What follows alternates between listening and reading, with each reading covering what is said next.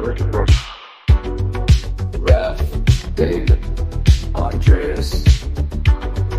Raf, David, Andreas. Pretty great, right? That'll be like, we actually have like a whole bunch of that. But I wanted to say, this is the first time we've actually had David Ewing Jr. live on the show. Usually we have to record a thing, at like an hour that's convenient. So it's pretty amazing that we're all able to synchronize while we're doing Naropa to also have, because Raf, you've been recording with David for quite some time as well. So it's pretty great for both of us, actually. We're pretty excited to have you, David. Can you hear me, David? Yes, it's nice to be here. And yes, I can hear you. Can you hear me? Yeah, you sound great. Yes, Can you there's hear only me? a slight delay. Yes, but you go ahead, David. There's Yes, just a slight delay. today is a controversial subject. Yeah, today it's a controversial subject about the New World Order or the New World Order. Yes, and the thing is, there are many people who have no idea what the New World Order is. It's an idea, it's a dream for many people. Now, many of the viewers who are listening are from Europe and America, and they seem to forget that an entire world exists out there: Uruguay, Paraguay, Vietnam, Turkmenistan, Armenia, and many other countries there. And they're people, they're not animals. In countries like Armenia or in Albania or Macedonia or in Serbia or Bulgaria, people have no idea what's going on in the world. And the thing is, we're all part of this world, even though we try to deny it. And many people are against the New World Order. Yes, and many people support the New World Order. Well, today we will see a totally different view and different things about the New World Order. Go ahead, Raphael or Andreas. Well, I was just going to pull up the meme, where George Herbert Walker Bush says we have a very real opportunity for a new world order. And then I was thinking about the humanity of the peoples of Djibouti, just because. But I think there's a lot to what you're saying. The Yes. New World Order, the Old World Order. I mean, what do you think of as the difference between the new and the old? What's the big changeover? Right. Now, the thing is, what George Bush said when you mentioned him, George Bush Sr., of course, it is strange. He mentioned it once during September the 11th, and at some other times he said, we now have a great opportunity to forge a new world order. Yes, out of the chaos. Yeah, and he said, and we will be successful. When he said we, because there are many people who do support the New World Order, or they support a world order. And the thing is, he said, I think it was in a separate speech, he said, where we are going to have laws, not the law of the jungle. Now, when he said that, there are people, there are people who've never traveled anywhere, never seen anything. They don't know where their electricity is coming from. Right now, you're using electricity.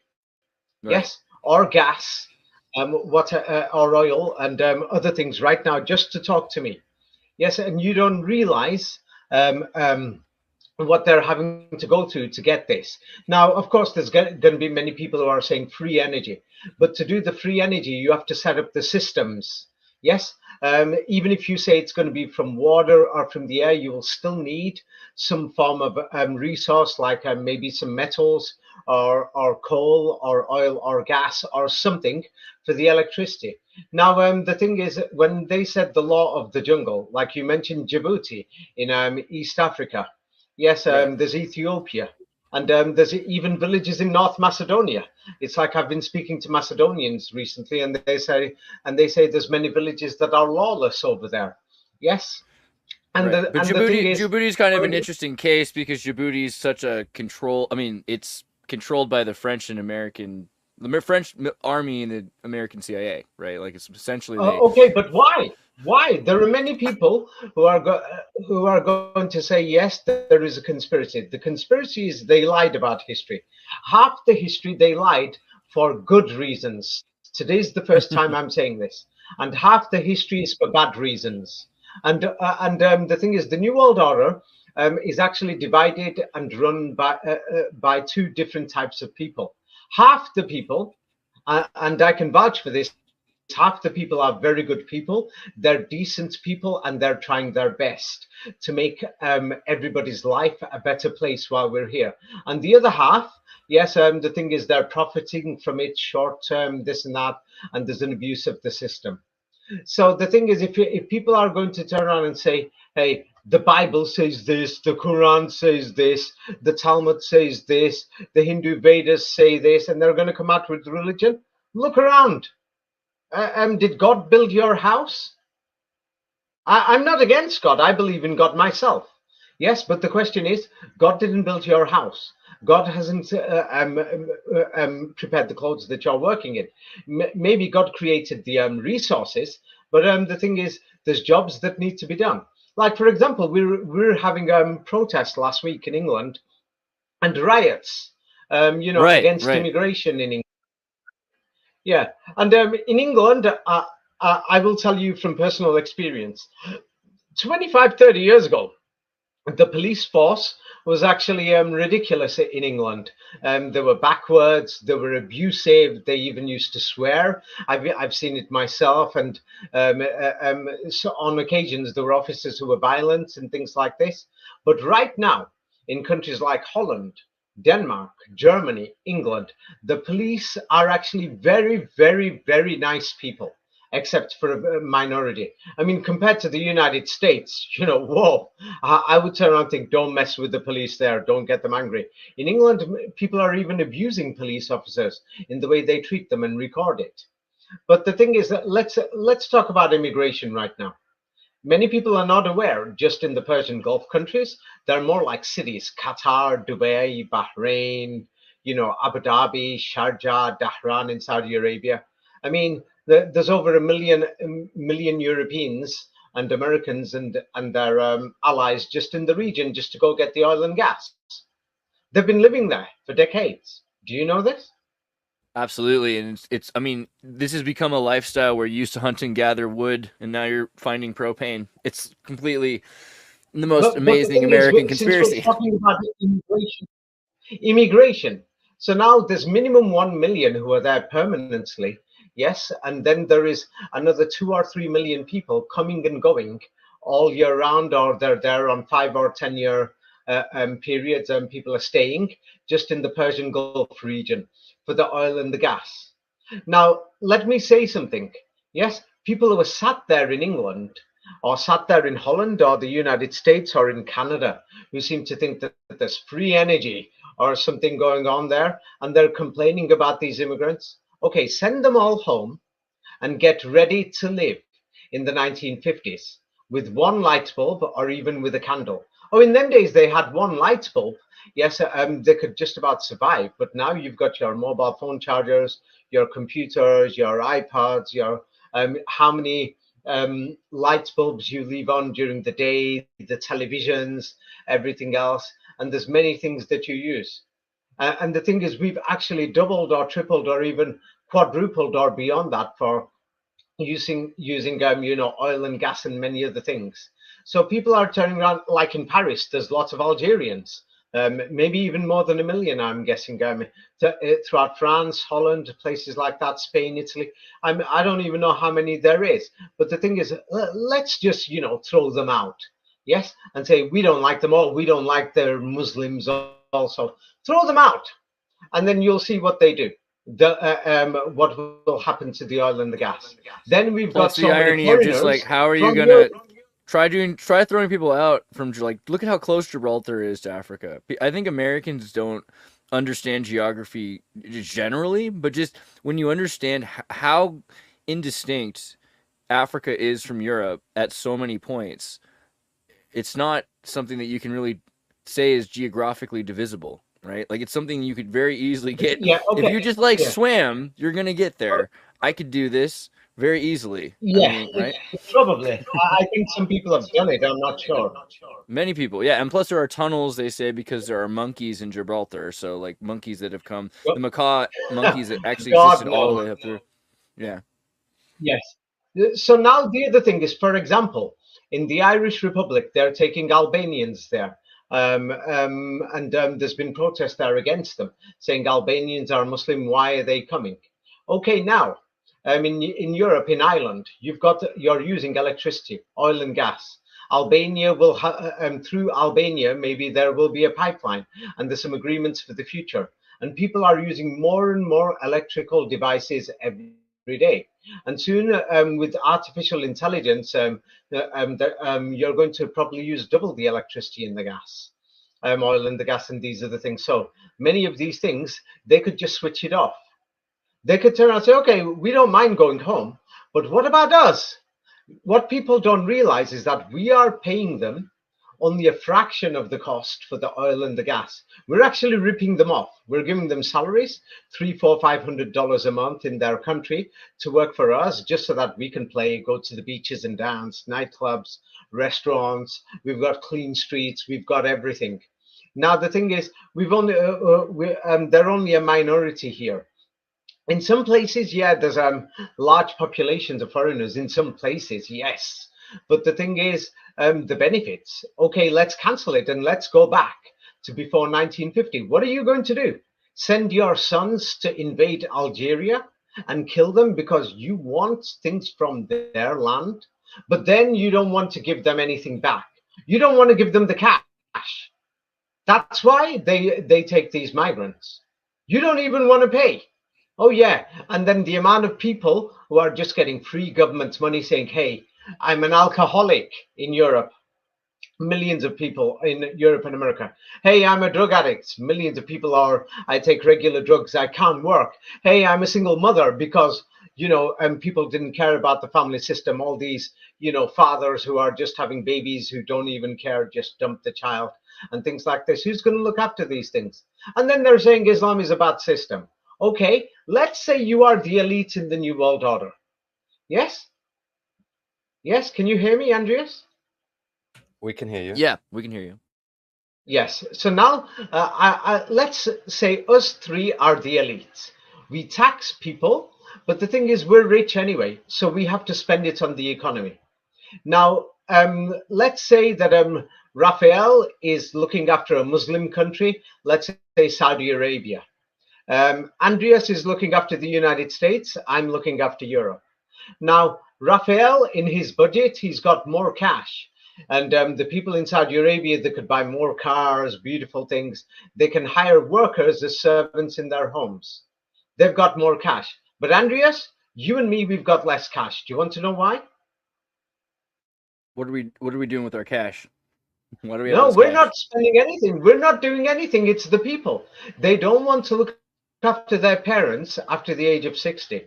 So do you know, we as the state, we've got to pay for you and me. Okay, but just briefly, so the thing is now, David, before we go on, I have to push back on this just a little bit. So again, this is this conversation we're always having, because right now, of course, you're talking about the elite, and that may be well and good. But to what extent is the population even involved in any of the decision making?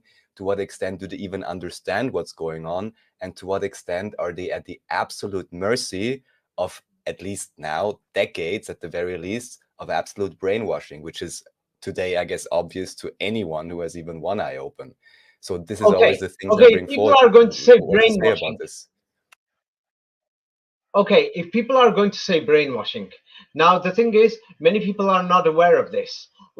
Shanghai, the Europeans went there. They invaded, they looted, they murdered, they raped. Yes, Europeans.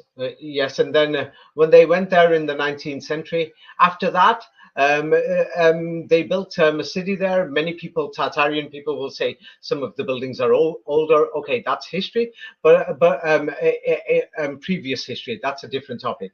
But now, the thing is, they brought a lot of these people from Southeast Asia, and they brought them like animals, like servants, like dogs, even beating them up, torturing them, abusing them, using millions of them for mining, farming, while life was a ball, like a dream for them.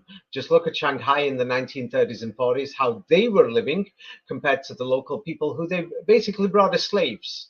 And that's why we've got the people today there are called Chinese, Shanghai, Wuhan, Chongqing, and these places. So they brought all these people. So now what they did is they made sure they destroyed their whatever their original culture or system was. Yes, so that you can control them, rule them, so that then you can carry on living the way you want. This is what we're doing in Europe and America right now. And this system cannot continue. It's part of colonialism. It's like our clothes are made abroad. Let's Yeah, it's just say freaking crazy. How could you imagine like an entire generation that goes to conquered people's lands and has those people make them food and set them up sun chairs in front of pools they've built for them? What the heck is this? yes. This is like Caesarian Romania. This is the most tragic period in But history that think tourism about exists New this World way. Order. Yes, you're right. That's one. And then what Raphael said, the brainwashing. Okay, let's have a look at this brainwashing more deeply. Now, the thing is, I've normally I've spoken and showed the negative side of the New World Order. This time, I'm going to show the positive side. All the negative side, people can read in my books. There's lots of conspiracies. Everybody's out there going on and on and on and saying it's bad. But let's have a look. Yes, traffic lights. You need law and order. Stop at a traffic light, it could kill somebody. So right now we could freeze to death, or we are going to lose our beautiful lifestyle if the New World Order collapses. Let's send the immigration back. One of the worst things, I talked to Raf about this when we were in Croatia together, and it was an experience we had that when I used to live in Croatia in earlier times, you had corruption because it was after the Yugoslavia, and so the corruption was you pay off cops. If you can pay off cops, you can afford to be doing what you're doing, and it's fine, right? There's no more corruption in Croatia. That's not true. But they do have, the cops are no longer paid to go be bribed. Instead, you have traffic robots, these cameras, and the cameras make you slow down at certain points, which are to keep you safe. The only reason, if you go faster than that point, it would be dangerous in that place. Otherwise, you can kind of just drive like Germany. Yes, so there are benefits to the New World Order, but let me tell you what happened. They call it order. They call it order for a reason. Yeah. But by 1947, 1948, hundreds of thousands of Western people and their allies were leaving from China everywhere. People can find videos, Exodus from Shanghai. You could find it on YouTube and many other videos, and you'll be shocked. You'll see thousands of people going, and that's many of them went to Australia, Canada, and things like this. But they originally came from Europe. And they abused people. So now, when the Chinese, the slaves got intelligence. So many people are saying Planet of the Apes. They think it's a joke. So these people got intelligent, and then Chairman Mao made a mistake. But he pointed out something that's very important: the Shanghai Exodus. There's videos on YouTube for that, and in the videos, it's shocking to see the amount of people that are going. But the thing is, the slaves turned out and said, we no longer are going to be slaves. But there was a major thing. It wasn't just Shanghai, it was all over China. The Europeans and their Western allies, they were just going. It's like the slaves had woken up and they had enough. But when they woke up, there was a new problem. Chairman Mao, the thing is, they took over all the other buildings, and they should have made an agreement with the Western World Order for what their benefits will be. So along comes Deng Xiaoping in 1979. He was the leader. Can you still hear me? Ah, yes, you can. Yeah, Deng Xiaoping in 1979. Now, the thing is, many people don't know about this, but I'm just going to give you an average idea of the agreement in China. Yeah, secret agreements. Now, many people won't believe this. This is when China opened up.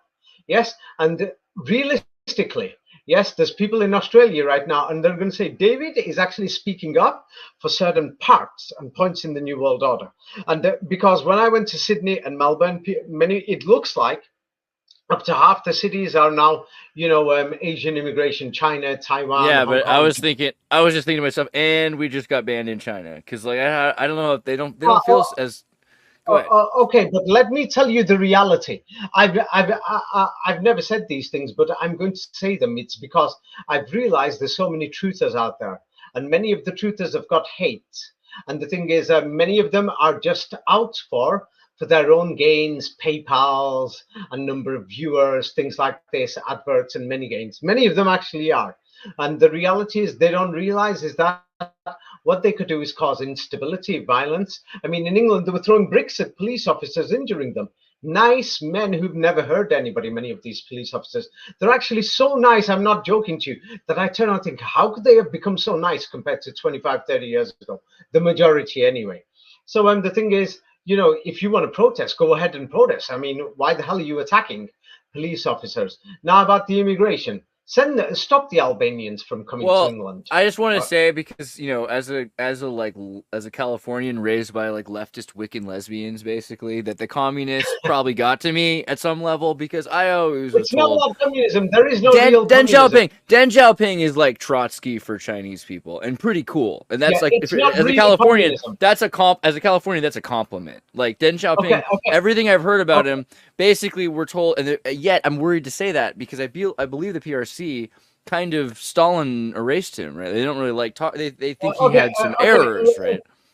The reality is there are people who are above them who are pulling the strings. Now, the image we've been given of communism isn't really what we're saying communism. Same like, I remember there's a friend in England, just a normal girl. This is common. Millions of people in Europe and America don't know.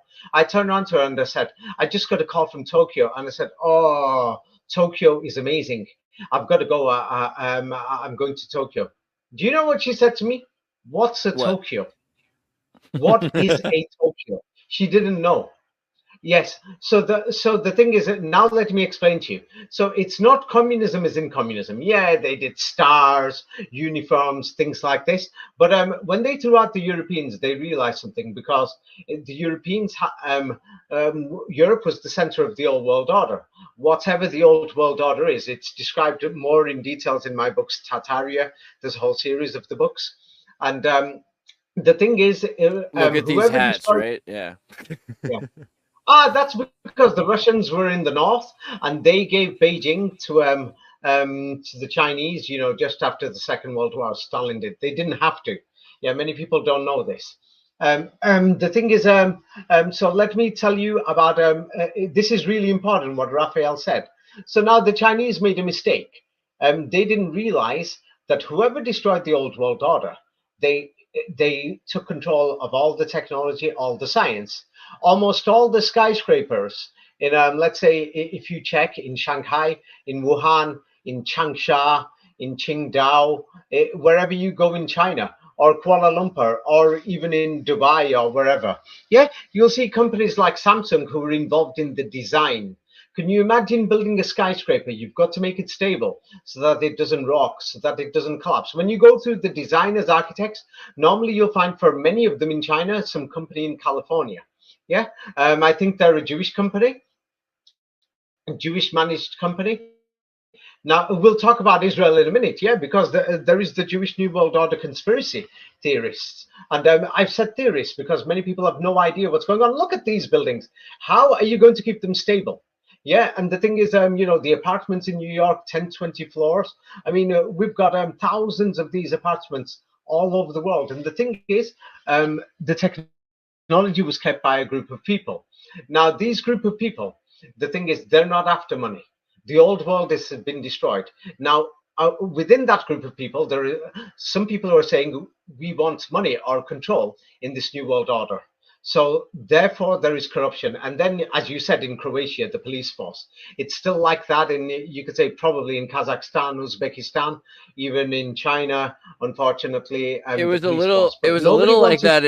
It was a little like that in Bosnia, except the Muslims are so orderly and responsible. The corruption really wasn't existent. It seemed like they completely wiped it out through religion, which is kind of interesting. It's like because when you turn and say God Bosnia was doing pretty good. Well, if God's not watching, then somebody with a bunch of rocks are, because Bosnia is nuts. Yeah, I'll tell but you. That's an advantage.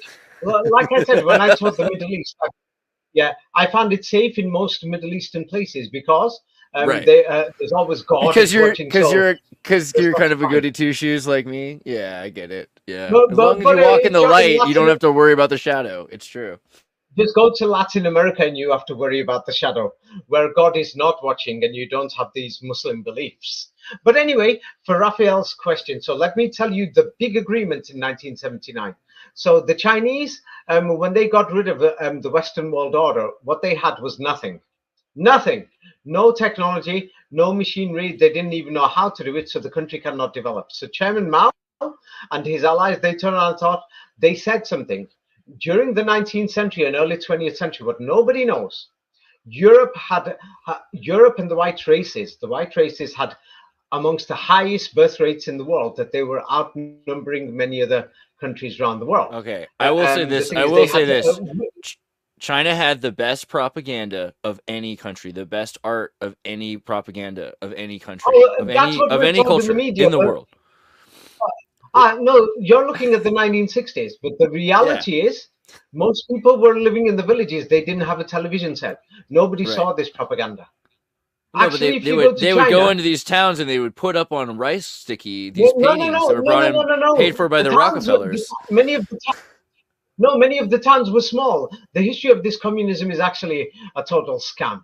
Same like in all the rest of the world. It's for nationalism today. But so now China didn't have no technology, no machine. So Chairman Mao turned around and said, have many children. And then they thought, without machinery, they thought we're going to, create steel, do mining, this and that with our human labor, everything. And they tried it. It was a failure. Then by the 1970s, they were begging the Soviets, the Russians, for machinery, things like that. But Russia was a big place. They're looking after Eastern Europe, which was already destroyed because of World War II and the interwar period. So they couldn't provide them enough. So along comes Deng Xiaoping in 1979. Look at this. It's a joke. They used this sort of labor without the machinery. So Deng Xiaoping opens up to the West, and Richard Nixon and Henry Kissinger, he was the man. Now, many people are going to say, oh, yes, we all know the New World Order, Henry Kissinger. It's all in my books, Illuminati Games and the rest of them. So I will tell you now a kind of secret private agreement. And you're going to think, oh, my God, this is unbelievable. So there are people in Australia, in New Zealand, in Canada, in the United States who've had enough, thinking, what are all these Chinese doing here? And they're being so racist. I mean, there's so many racist attacks and a lot of abuse. It's just ridiculous. But now, when people know this agreement, they're going to think, oh, my God, we are ripping them off. We are cheating them. So China basically had nothing. Even Shanghai was a dump. It basically didn't develop after the Europeans left, apart from shanty towns, realistically. So in 1979, the agreement was this, that in Europe and America, people had enough of working 9 till 5. And there was pollution everywhere from the factories in the 1950s and 60s. Just look at all the industrial mills in New York, in Chicago, Los Angeles, Manchester, Marseille. If you see it, the smog, ridiculousness, it was a depressing life in Europe, in the West. So what they did was they moved all the machinery to China. And here is the agreement. I'm giving a basic idea, a summary for the entire agreement for China. So now the machines were open 9 till 5. And then Mel Gibson, he complained. I think he complained or he commented on it saying, hey, they're taking it to China. But I will tell you, we benefited from it, and the world economy moved forward by over 200-300 years in the last 50 years because of the decisions that the people in power made. Yes, and the thing is, shall I tell you what the agreement was now, Raphael? The agreement was this, that China will take the machines. These machines run 9 till 5. And we've got all these miners who are protesting, the factory protest, people want more money. And in Europe, we made our own clothes, our own light bulbs, our own tables, our own chairs. We had to do all mining of the metals. We had to, and we were worried that we'd given up all the colonial empires. We no longer can abuse people, rape them, torture them up, chop their hands off, things like this, because the Japanese fought back in World War II, even though we're going to make it out like they were tyrants. And the Muslims fought back in World War II, even though we'll make it out like they're terrorists. But they fought back saying, get out, you can't stay here. You've been here 100 years. We're not your slaves. We're not your dogs that you're moving us around. Yes, and forcing us to do this, that, whatever. So, and they say that the final... there's like a sexualized propaganda made for the elite about having their own guy who can secretly go in and kind of just like shoot them out or poison them or take them out, or all of a sudden there tends to be an emotional response. The thing is, those are fights amongst the top families and many of the wealthy people above. Now, the thing is, because I've met government ministers, I've met multi-millionaires or what you call billionaires. I've met many of these people through my travels and through my career. Now, the thing is, what I can say to you is that when you're rich, you no longer want money. It's not about money. It's like today, just in the last 2 hours. I told you, I just sent 100 euros to two poor families in Africa. And the thing is, I didn't want to, but it was like an emergency. They said they needed it for food. So I just sent it them straight away. I know them personally. Now, the thing is, people are talking about the immigration. So first, let's finish the Chinese thing off. So what they did is the factory is 9 till 5. And let's say you produce one pair of shoes in America or one shirt in the cotton mills in England in the 1960s. So now you move this factory to China. And what you do is you play games with the international currency system. So thereby you could pay them a lower salary. It's called currency manipulation and interest rates in the global banking. Yes. And the thing is, so now you get less and less Chinese RMB year by year as their economy develops. But the purpose of doing it, one, was in Europe and America, the people were greedy. They wanted more, more, more. And you can't keep doing it. They wanted more of this, more time. They didn't want to work in these factories. So they didn't want to work. They were protesting. The 1970s were a joke. Look for the miners' protest in England. I don't know about in America. And you see the Martha Scargill and all this. It looks like a joke. And then the riots in Northern Ireland and all these things, what was going on between Protestant Catholics. And then everyone knew that communism was going to collapse. How long are they going to keep them under there? And the thing is, the people want clothes, they want houses. I mean, before 1990 in Croatia, yeah, everyone knew. Even in Zagreb, the electricity was switched off. But I mean, isn't that kind of the beautiful point? And like, to your credit, and to even David Rockefeller's, that we had a very real opportunity for a new world order. Okay. We had a very real opportunity. That's all it was. It was an opportunity. Okay, right now, Raphael and Andreas, you're both wearing clothes. You're looking at the screen, speaking through these microphones that have been made in places like China, Vietnam, India, Pakistan, Morocco, Algeria, Brazil, Venezuela, Mexico, Nicaragua, and places like this. Now, let me tell you the reality. When they move these factory machines out, let's say, for example, China, or Bangladesh. In England, we've got, 1 million Bangladeshis or something. And there's people who are complaining, and they came since the 70s. But the reality is this. Yes, they moved all the factories to these countries. And now these factories are open 24 hours. And I will explain to you how the system works. That's why when you look at the photographs before the 1960s, you see the world is naked, nothing, and all these things. That's why in Saudi Arabia, before the 1960s, 85% couldn't read or write this Quran. That shows the scam that Islam wasn't there for centuries, that the Prophet Muhammad wasn't there. And therefore, even the Quranists and Islamists, and they're giving these meanings, that's a joke and a fake. Yeah, so therefore, even the history of Islam is a lie. But let's show what the agreement is, and you're going to think, oh my God. So now, the same factory that's making your shirt that you're wearing, if right now you would be working in your factory, you would have no time to talk to me. These cameras and these computers would be ready in another 100 years' time, because we didn't have the manufacturing base or the capacity, if they didn't move the machines out to those countries, and if we didn't bring this immigration. Yes, mobile phones would not have been out until the 2050 or 2060, just the first round, like the old Nokia and the Motorola StarTAC, would have been in the year 2060. I'm being serious here.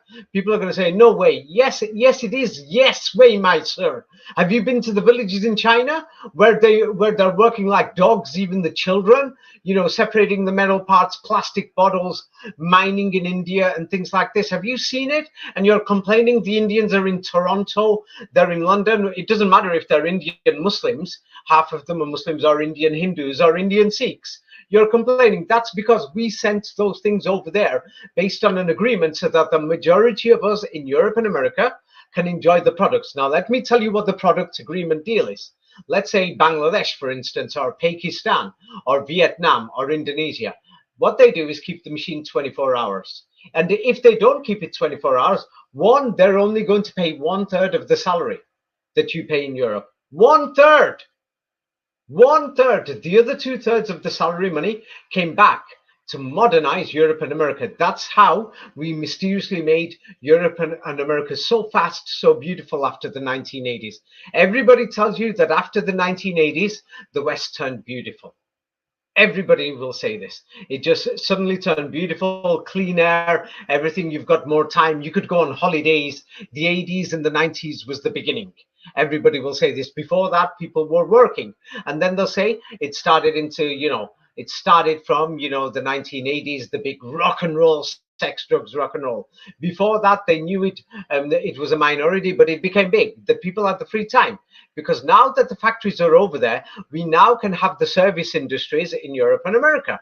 That means office jobs and all the easy jobs. Yeah, we can It's all like be like Banana Republic. No, Banana Federation No, of it's not Planets. Banana Republic. These easy office jobs are so difficult. You've got to be highly educated and highly trained to even know how to build these skyscrapers. That's true. Yeah, and so those who don't learn, yeah, they've got free government money for the rest of their life. Yeah, and the thing is, we can walk around beautiful streets. I mean, just look at what the streets look like in 1955. That's totally true. Like, you can't go to any of these countries without noticing the Rotary Club. You can't go to any of these countries without seeing that they have they have marvelous cities. Those marvelous cities do matter. When I went to Chile in South America and I saw these towers, I had to respect it. And you literally can. And just one sentence, David. So, and I agree, at least within the current time frame and current technology, it is great that there is this support and we have a responsibility. But how did we get to this technology? How did we get to this technology? I know what you're like. Yes, because the way you fight me, so I'm not going to back down. Because yes, we've done 50 videos, all of us guys. I wrote 20 books condemning the bad people in the New World Order. The New World Order. But today, for the good people, I'm going to say this. So Henry Kissinger, yes, he was Jewish. Yeah, if you don't like it, so what? And he was one of the greatest people in the century. It doesn't matter because people have got no idea what the communism is. I waited but to pull what up his he face. did for us. Yeah, but what he did for us, let me show you. So now the Chinese, yeah, he wasn't good for them in the third world. So now in the third world, they will be more anti-Jewish than the rest of them. But for Europe and America, let me tell you what the results are. Yes, now if the machine is running 24 hours a day, how many pair of shoes can you make from that one machine in 24 hours? Bro, that's Before my you whole, only made that's one my whole shoe. life. That's my whole life. That is my whole life because I'll go to Alibaba. I mean, I remember getting things made in those same places during the gray I think you hours. both didn't get it. Raphael, answer me. You can make two times. times Yes, Raphael, as long as you make one. 3 to 5 times actually, because they probably work harder as well. That's true too. You Austrian economist. So now the thing is, let me explain let's go back to the picture. It's the Trilateral Commission. They show you the picture right there. It's a recycling symbol. 1/3 of it has to go into the system. The other 2/3 of it, you can do what thou wilt with the rest of the law. It's brilliant. It's brilliant. The Trilateral Commission is underrated. These symbols, to understand them, if you read my book, Secrets of the Kabbalah and the 33 Degrees, you'll understand that. That's a different ballgame. That's something else. But I'm talking about the current world order. I'm not talking about the world order that's going to be here in 50 years. We don't know. Or what was here this is how they built that. This is because at the time, the Teutonic orders wouldn't allow Asians into the Bilderberg group. So they had to build a Trilateral Commission so they could... Right. Wait, so now because of the colonial abuses, we left these people naked. We destroyed their habitats. We even made people from Europe, like I showed in a video with Nachiketa and others, that after the invasion of Moscow, many of these people went to live in the deserts. Many people from Germany. Yeah, realistically, things weren't that much better in Europe after World War II than they were in China. There were a lot of bomb cities. Yeah, there were, but let me tell you the agreement now. So now that the machine makes, let's say, 3 pairs of shoes, because 24 hours, 7 or 8 hours a day work shift, 1 hour lunch. So 7 times 3 is 21. So it's like you make 3 pairs of shoes. So what they've done is 1 pair of shoe will come back to Europe and America for free. 1 shirt will come back for free. So now the other 2 pairs of shoes can go to Latin America, Africa, and Asia. You see, so now we've managed to improve the living standards of poor people. Now there's an American evangelist. He's Christian, and I like him very much. I forgot his name, but he turned around and said just a few weeks ago. He turned around and said, right now we've actually got the capacity to actually build this world so that there's plenty for everybody. And so that's what we're doing. So in the meantime, while we're doing this, I think let's not get hate in the way. It's like if they close the borders, let's say in France, and tell the Croatians, Macedonians, everybody else go home. I mean, Croatia depends a lot on remittances, yes, in the villages from people who are working in Germany or in Austria.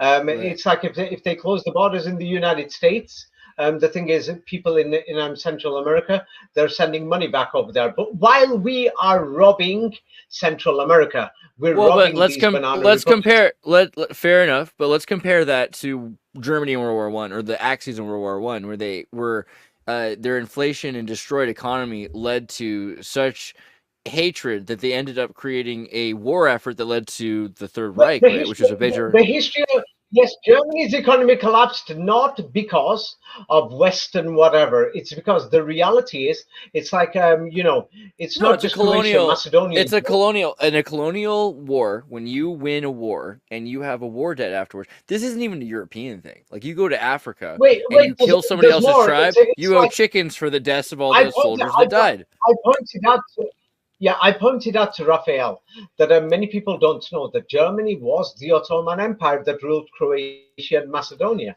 and Janissaries, Bulgaria. That's why the King of Greece was German. The King of Bulgaria was German. They put these German people there. So the Barbarians, Ottoman Empire, Muslims. What's Germany the had difference? Right. no, the Germans. It was the German Empire. Now, when the Germans lost their barbarian Muslim empire, you could call it if you want to call it. Yes, when the Germans lost it, that's it. They didn't have the money that they could steal from the rest of the world. Right, but That's money why ends up Germany was being bankrupt after World War money I. ends up being such a weird thing because you can either say, okay, we have contracts of gold from you, but you don't have any gold. So what we have are generational debts that we can force you to do certain kinds of labor, right? And so you look at Okay, Egypt after the I'm not colonial talking British about the period, gold and here. well, Yeah, hold on, yeah. because in England and in The Egyptian colonial period, they destroyed Egypt by forcing them to grow corn and coffee, right, and tobacco, which destroyed Egypt's economy because they weren't allowed to grow their own food. Ireland, similar thing, which led to the potato famine. Here in China, you have industrialism where you say you have to build these things. Our factories are going to come in and make lead toys for our kids to play with. So isn't that kind of the and same China's thing? benefited hugely. 300 China million people who were living like dogs are now living standards of lifestyle, same like in Europe and America. 300 million, another half a billion people with are acid living the rain. lifestyles. Albeit with acid rain and with mercury in your air and with It's iPhone not so apps bad. that tell you where you can breathe. Believe it or not, it's not so bad. Yeah, but let me explain to you about the gold that you've mentioned and the depth of Germany. So how is Europe and America functioning today? We are robbing the third world through our neo-colonial New World Order. Now, Germany, when it lost its empire, it can no longer rule Croatia. It can no longer rule Bosnia or Serbia or what they called Yugoslavia. It can no longer rule Greece, Bulgaria, under its proxy states, Saudi Arabia, Syria, Iraq, Turkey, Iran. The Germans were running the show in all these places. So when they lost control of all these places, do you know what happens? It no longer can continue its gold standard and everything. That's what led to the collapse of Germany. Now, the reason why it started picking up when Hitler came. Yes, when Hitler came, there was many credit agreements and many people were funding and many other things. And Hitler managed to make trade agreements, but then these agreements broke down. And it didn't grow so fast as an amazing rate. Germany was already half modern. All he did was reorganized it. It was already modern because they were robbing these countries in the Balkans. Yes, the thing is, of course, they used Islam. The Germans actually declared the caliphate in World War I. And many people don't know that Islamism and Quranism are so dangerous that today I'm going to say it, that World War I was a result of the German Ottoman Caliphate when they declared that they are the leaders of the Islamic world, that the British and the French were threatened. Yeah, they were threatened because over here we have a beautiful country, beautiful pavements, beautiful sewage pipes, beautiful telephone lines, because we were robbing, we were thieves. And so now we've got these migrants who are living here from countries that were still robbing and cheating them. I mean, in Europe, we've got a fashion store called Primark. Has anybody ever thought that their factories and the cotton fields are in India, Pakistan, and Bangladesh? And they're complaining. Europe's probably got 2 or 3 million, people from Pakistan and India and maybe 5 million, yeah, including Sri Lanka, Nepal, and all these places. And they want to throw them out. Go and throw them out, and let's see what clothes you've got left. Primark is a country that they're abusing the people in Bangladesh. I mean, they're paying them €300 a month. Yeah, let's bring these factories back to the UK or bring the machineries back to New York. Let's see who's going to work for $400 a month. Let's see who's going to do it. Come on. So now the New World Order is abusing it. But in the New World Order, there is people who are good there who are saying right now, while this system is running, we've got Europe and America. It's beautiful. Let's keep it stable. If we destroyed Europe and America, let's say protests go out of control, it turns into a revolution. Then after a revolution, it destabilized states like the Balkans or Eastern Europe was after the Russian 1905 revolution.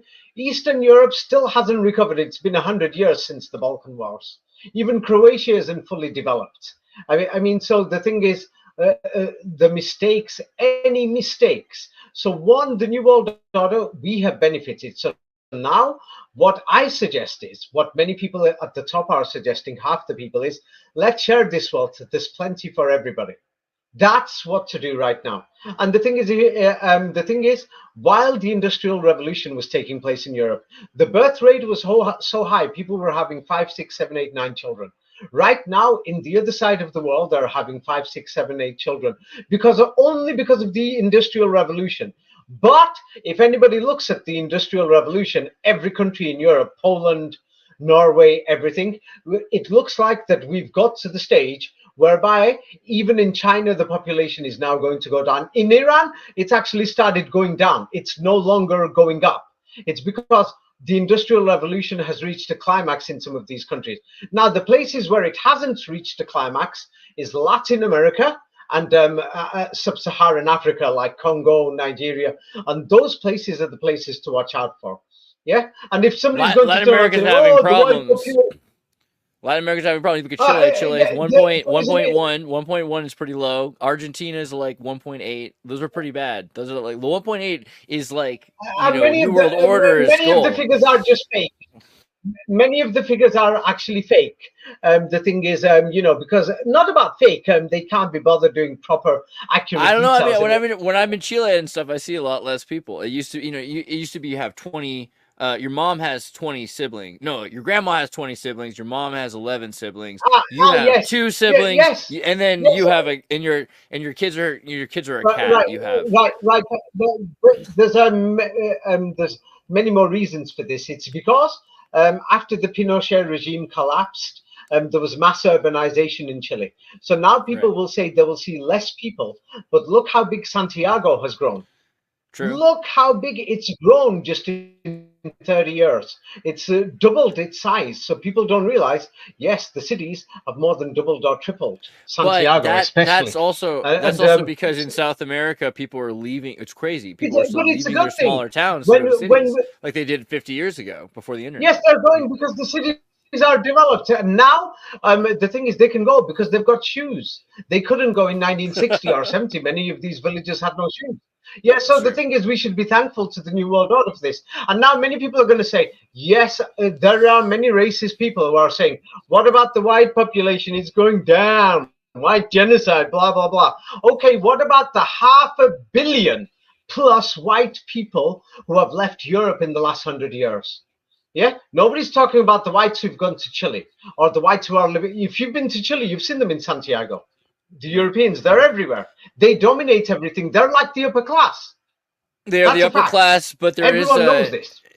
Okay, but like Kirshner, Bachelorette brought in. Now it's getting 1 better. million. Bachelorette brought in 1 million. Yeah, it was a racist place. Right. So now but it was a racist place. I almost disagree. So here's my pitch on this. Okay, here's my hot take.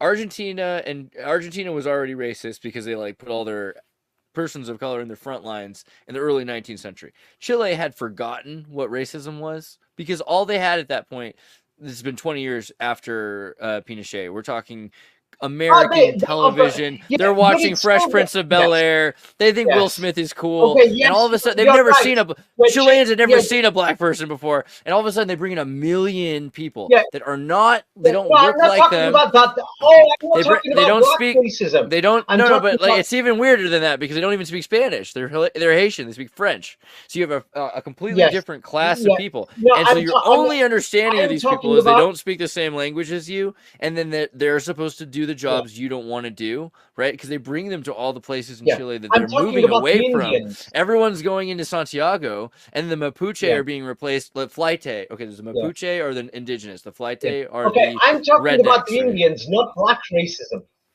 Yeah. But by the way, Andreas, I'm talking about the racism against the Indians. In England, we will call them Indians or Pakistanis or Bangladeshis or Right, Moroccans. that's true In too. France, or Algerians or There is a Tunisians growing that or I did Turks notice in though. Germany.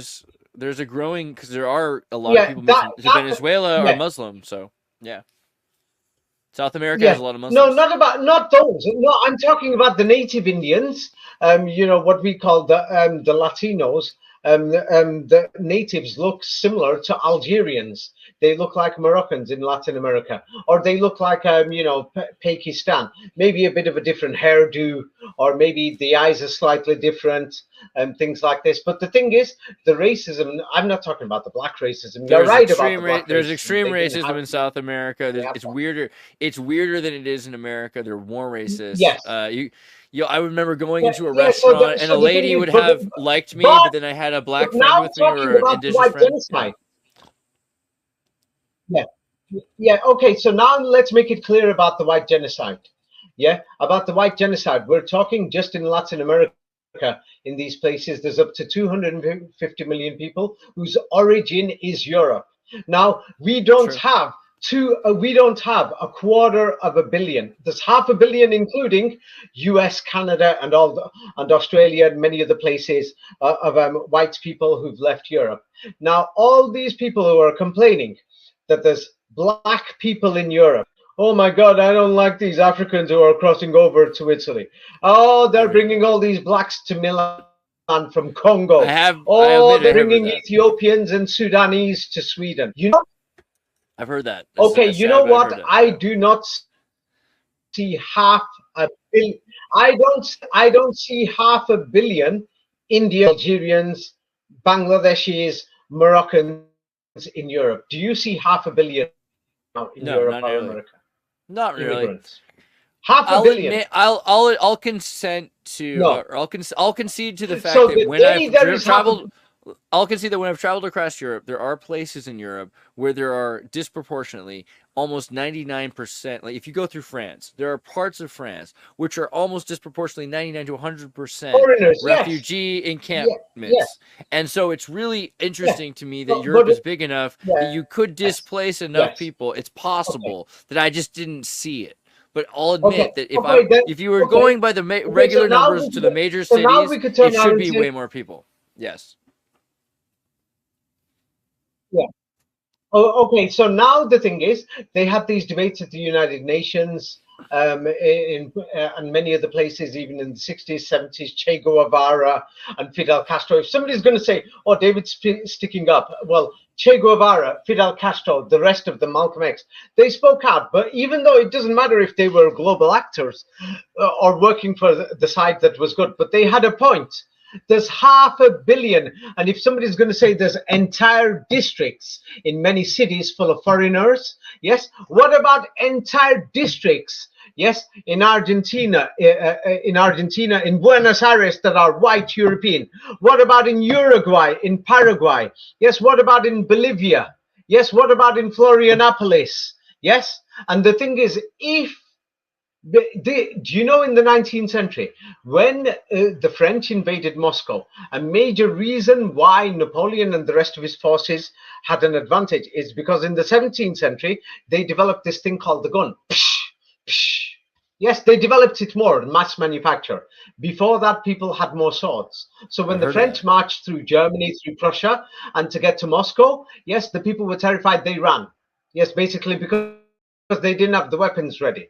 But then after that, after this new weapon, the advance of the French to go south with their fake Russian Romanovs and march south into Ottoman German territory slowed down because the Germans developed this weapon at an even faster rate, and then they blew Paris up in 1870 as a lesson. Yes, they blew it up. Yeah, but then you could say that the Americans blew up Berlin. So we don't want these things. The lesson of Berlin being blown up in Paris, we don't ever want to see these things ever again. Now, if people are going to turn around and say, yeah, there's entire districts. We're talking there's entire mega districts in Rio de Janeiro. I saw with my own eyes these things in Latin America. Mega districts of entire, nothing but white. I'm not on anybody's side here. Now, if you're going to throw these people out, in Spain, they're complaining against all these Latin American migrants. In England, they think they're complaining against Muslim migrants. No, it's because they've got visa-free travel now from Spain and Portugal with Brazil and with Latin American countries from, the Organization of American States, or I think it's Latin American Economic Union. I forgot. Yeah, it's that one. So now the thing is, they've made these treaties. Now the thing is, what are you going to do? Throw them out? Oh yeah, when they see these Latin Americans, many people seem to think, oh, they're Arabs or Indians or Pakistans. Yeah, they might look similar, but the thing is, yeah, same like the Germans and the English look similar, but they're different. So you know what? Yes, if we're going to talk about white genocide, it's a lie. It's a total lie. Now, you might turn around and say, Australia, yeah, half of Sydney, half of Melbourne. Yes. Okay, I saw it with my own eyes. But the thing is, you know what? Those people, they get educated there and they're the rich ones, that the rest of their families are running these industries or working in the companies whereby we've turned them into slaves. But their benefit is that they could have stayed in the dark ages like the 60s forever. Instead, they could speed up with the game of the currency game, whereby they keep their currency 10 RMB to $1 or something. It used to be 15 RMB to $1, but as they improve, you get less and less RMB per dollar. But the thing is, that's how we've managed to speed things up. Let's send them all back, and let's see how long we last in Europe and America. Let's send them back. Yeah, send all of them back, and then where is the limit? Are we going to send back the Romanians? Honestly, I feel like that's actually gnarlier than forcing everyone into the military. You're like, you know what? We're going to make all the strawberry pickers go home, and you're going to have to pick your own strawberries. Yep, everybody, we're going to sign up all your names. All the able-bodied men are going to have to pick strawberries. Let's talk about the fruit. You know what I mean? They're not even doing that. The people have become so lazy that there's foreign workers. Oh, when they're saying when refugees seek asylum. Yes, the thing is, many of these so-called alleged refugees, let me explain to you what's going on. So now Germany is using more oil and gas than many other countries in Europe at a ridiculous rate. It's such a joke. Nachiketa's here. Hi, Nachiketa. Yes. So Germany is using it at a ridiculous rate. Yes. So now all of these people who've gone to Germany, and Hungary has started developing so fast. And Hungary is a transit region, and Serbia and Kosovo is a transit region to get to Europe. Now, let me tell you, during the Iran-Iraq war, yeah, people should have a look at the videos and the photographs. It just looks ridiculous. I think I did it in a video with Raphael or with Nachiketa. It looks so scary. We could see thousands of people, it looks, who are just leaving Iraq. And the thing is, it's because the land, if we paid them, because we know that there's oil and gas under there, in other words, sod off, get off, because in Germany, in Holland, we want this oil and gas. It's because our people will use more and more oil and gas compared to 20 years ago. We are now using double the electricity and the gas compared to 20 years ago. In many houses, before they had just had one light bulb in the living room, sat there after work in the factories, and they just went to sleep. Now you've got 2 light bulbs or 3 in the living room. People leave a light bulb on all night or things like this in their children's room. They start everything, in some bathrooms you've got multiple lights even on the floorway, hallway, multiple lightings, this and that. And the thing is, you know what? Yes, we wanted them off that land. Okay, if you want to send them back, go send. You know what I suggest? Yes, in Europe, send them back, and you bloody pay for this oil and gas and for the minerals. Go pay, and then you think you could work in these factories. You're dreaming. Your grandparents couldn't even work in these factories. They hated it so much. They'll tell you about it. It was a disgusting life in the 60s. Go and ask them. Go and ask them. Destroy our beautiful Europe and America. Yeah, we've got a few migrants. Yeah, we don't have 500 million here. Come on, we don't have 500 million immigrants in Europe and America. But right now on their lands, we've got 500 million white Europeans who've gone to live there. Yeah, that was their land, the United States. Yeah, if you're going to tell them go home, why don't you go home? I'm saying this because the thing is, we've got to get on. We've got a beautiful world. Let's make it beautiful. I mean, what's wrong with everybody? I mean, what's wrong? Yeah, what are you going to do when your mobile phone doesn't charge anymore? Yeah, what are all these witches? Just change it to the letter B. Going to do on a Friday night when they can't sit there texting with the electric, no one to talk to on their phone. These single women, who can't be bothered building a family life, or some of these boys, the bad boys, or whatever they call them, thinking on a Friday night, I'm going to go to a bar, I'm going to trap off, or I'll just go to some do. Yeah, I don't like going to the bars, it's expensive, or I'll just go to a house party and things. Yeah, who's paying for the music there? How do the speakers work? Who manufactured them? Nobody is looking at all these things. Who doesn't disagree? We all agree with you. I think Astana is the coolest city on earth, right? It's Burning Man year round. As much. Yes. So now, Raphael, I've answered you. We're getting 3 times as much. That was the agreement. Yes, there was the injustice, but guess what? It's the first time ever. Yes, the first time ever since 1980, the world has changed. That even with their fake actors, that's why I said it in an interview before. Obama is an actor. Yes, but I liked his speeches. He was a great one. In England, we've had great acting prime ministers. They were great. They've been good for everybody. When I say good, you can go on holiday. We could do whatever we want. Even poor people could afford flights. Cheap flights are, for heaven's sake, $20 these days, $30, $50. It's a joke. You could fly around. Nobody's thinking where these planes come from, how we built the airports, where do all these things come from, everything, the radio signal towers, everything, who's manufacturing them, where the entire global system. Nobody has thought how difficult it was to set up. And yeah, we're bringing them to universities to train them and things like this. And we're actually ripping them off. But right now, the way the world is going, they are benefiting. And it looks like that within 100 years, the world will have no more poverty, no more migration. And even the people that came to Europe will probably go home thinking my homeland is better. And then the thing is, when they do go home, what are they going to remember? Yes, how many white people behaved? Not all of them. It's like it's a minority, but still it's something, 5% or 3%. I mean, why do that? Because what if they switch everything off? Because we're dependent on them. We are not the only people in the world. That's what we've got to realize. And they are dependent on us. It's an interdependent world. Now, some people will say they did globalization on purpose. Yes, because you didn't want to work. You were you were like lazy bums. And it was bad environment. Just look for pictures. Type in 1960, English factories, pollution.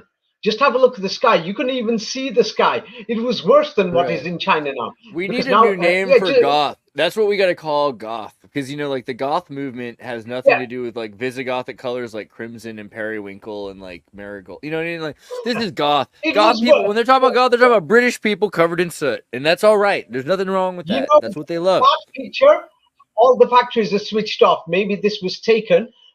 They're like, they're like, you know what? They're like, we're gonna take a picture. Everybody, like, let's cool down the sky for a second. Yeah, because they were lazy. They only worked 9 till 5, and then they still wanted more money. Yeah, I'm not talking about the Rockefellers and the rest of them. They're just the actors. No, they moved it to China. Though. They moved it to China. Yeah. Actually, I think David Rockefeller is a pretty real guy. Yeah. The fact that he wanted to move stuff to China and have Fabian social change. It's right. When we're saying China, it's not China. It's China. It's Indonesia. It's Vietnam. Right. It's Laos. It's Cambodia. It's Sri Lanka. Out of sight. It's out Myanmar, of sight, out of mind. India. Right. Real people, real places. Yeah, right. And what do we have? Yeah, since the 1980s, life is so beautiful here. I mean, all I could remember is a beautiful life: pubbing, clubbing, But David, Right. free time, doing what I want. David, It's let me Except just ask for you. life's a Let me dream. ask you a question, David. Okay, Raphael, I except for answered the you. Chernobyl warning. Okay. So, David, the thing is, it's all beautiful, and I think Uh, we all agree in terms of let's. developing. Yeah, go on. Wait, Give me a wait. second, Let David. Raf get his question. That So, was rude of me. I think Yes. we all agree about, developing the world, handing out shoes and all of that. Ideally, they would be durable as well, but that's maybe another point with planned obsolescence. But then just tell me one thing, why at the same time, if the goal is developing the world for at least maybe half of the controller faction, let's assume, then why waste money having people in the West, for example, become unnecessarily sick with cancer, all kinds of poisons, bad food, all of that, and then waste millions of money on scanning machines. Everyone here is sick and old, like you said. Now they need help. Of course, there's not even enough people in Europe to take care of all the old people. But I just want to point out, like health-wise, at the very least, why destroy the vitality of the Western population on purpose by making them alcoholic, delivering them all of the bad substances en masse, by poisoning the food over time, poisoning the soil, all of these things, not even having a proper dentist usually. For what? Okay. Now, if you've read my books, which you have, and you've seen the interviews, I've always condemned the people in power. Now, let me make it clear. I've condemned half the people, not every single one. Right. The thing is, I will give you an example now. I'll give you an example. Let's say there's us three. We set up a pharmaceuticals company. Us three, we've set up a medication company. Let's just say it's paracetamol or aspirin. I don't know what you call it in America for headaches. Is it aspirin, paracetamol, things like this? Nurofen? Yes? Right. Those are Is things. that what it is in America? Acetaminophen, aspirin. These are all things. Yeah. Yeah, Aspirin comes from for rhubarb. headaches. Yeah, okay. So now let me tell you now. So us three are managing these have our three different companies. Yes, and you know what? Yes, we are friends. We're like a secret cartel amongst the people in power. So now the thing is, we've all got our brothers. So what we do, our brothers are politicians and things like this. So that's how it works. I'm being realistic here. I was going to go into politics myself. The thing is, I probably I think when I was younger, I was ambitious. I probably would have made it to a ministerial post, but then I realized it was more of acting, yes, and things like that. And then I thought it's not for me. I was more of a playboy. I like traveling, playing around, things like this, going around nightclubs, bars, drinking, Why things not like this. So both? I was more. I'll Oh promote your no, it would be a candidacy. scandal. You look dang good in a suit. Don't you worry, Dave. We'll get you Yeah, elected someday. but yeah. So let me explain the reality. So there's us three. So now let's say there's Raphael's brother, Andreas' brother, and my brother, and those three, they're the philanthropists. They're in the government and they're trying to make peace and make the world without diseases. And then there's us three. Yes, and do you know what we're thinking? Yes, I invest in a hospital. And then Raphael invests in what do you call it, machinery for scanners. You invest in the medication, Andreas. And all three of us, we just want cash. So you know, so you know what you do? Yes, I'm the one making the medication. And so Raphael says, my machinery, nobody's going to use the scanners. Yeah. And you say, David, please. Yeah, please. It's me, Raphael. Please just put something in there, something. Just call it cancer. Yeah, tell your brother to report it as cancer. Your brother's I want to have people government buying and getting more cancer. scans. We want to make sure that you're sick so that you have more reasons to get scans. Please, I gotta keep my business going. I know. No. So the thing is, so believe it or not, yes, there are these, corporations that come and go, and some of them are so powerful. And the thing is, it's like in Ukraine right now. Many people think that Ukraine has invaded Russia. That's what you all think. Yes. Yes. Right, that's You've on the heard news, right? that On the news, Ukrainian yeah. troops have crossed into the Russian Yes. side. Something to that yeah. effect. I wasn't Now, sure if it was troops or if it was just let drones. me Yeah. tell you one of the biggest. Yeah, this is just off the top of my head. Yeah. When Joe Biden warned and said, "Hey, the Russians are going to invade Ukraine," they warned the world that year on January the 19th. And when the Russians invaded, just before they invaded, their troops were 19 kilometers from the Ukrainian border in the Belgorod region. Then they had 190,000 troops. Yeah, 1900 multiple of 19. Then this is when gonna they make such a invaded great. This that is gonna be the year, best Netflix movie I've ever seen. Right? This is gonna be the coolest Netflix movie. wait, but there's more. When the Russians took over by March, yeah, after they invaded, they took over in 2023 19% of Ukrainian land.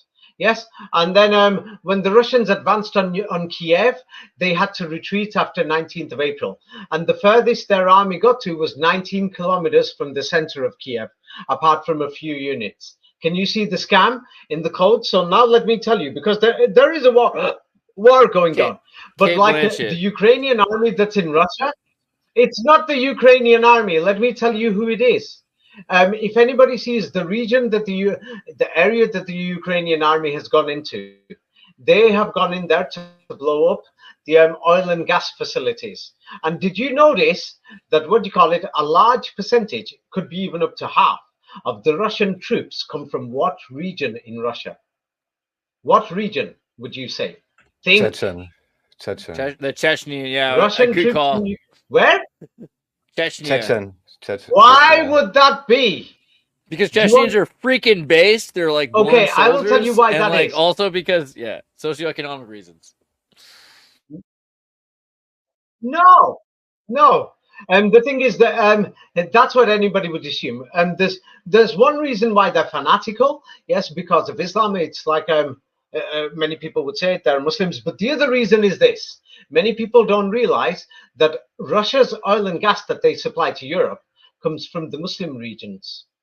Yes, throughout in Germany, they say there's a huge Chechen population, and in France, yeah, they say, oh, they're Muslims, but you don't know it because they're white like the Germanic people, but they don't want them there. Okay, send them back, and then there's Chechnya's oil and gas. So the reason why they're there is they're protecting it. And the thing is, basically, Ramzan Kadyrov, yes, the thing is, Putin didn't win the war in Chechnya. Nobody knows this, that the Muslims have immense power in Russia. The thing is, it's because of the oil and gas. And the thing is, they will leave literally Russia. and those maps sound accurate. Yeah, they're going to show that the Muslims are in small regions because that's what they show. Because there's racism in Russia against Russian Muslims, but there's millions of Russians who are Muslim. And but there's something to be said for imagine you're in Russia and you've got a bunch of alcoholism, just like the United States, and there are people that don't drink alcohol. Right, and they're Muslim, but they end up having big families, and they're taking care of their business, and they're making sure that their families are taken care of. In a socialist country, they're working for the government. People. Yeah, so there's a lot of Muslims that are working. So now let me give the answer. If I am the elite, do you think I will support Christianity, whereby people don't look after the elderly in general in Western societies? I'm not talking about in Armenia. Yes, I'm talking about in the more modern countries. Or would I support Islam, whereby I'm going to save cash? I'm going to save money. So yes, if I can bring Islam into France, Germany, America, and Canada, people are going to be more nice to their parents. It's more loving. It's a more beautiful civilization. They're going to live with their parents. They're going to actually be fathers. In general, the Muslims stick to marriages compared to anybody else around the world and things like this. But I'm saving billions of dollars. What would you do? I'm telling you now that me as an elite and Raphael and you, we've got to decide right now that we're going to lose cash. And these poor peasants on the street, they're riding, they're drinking, they're throwing bricks at the police. And the thing is, we could just convert them all to Islam. Well, which policy would you take?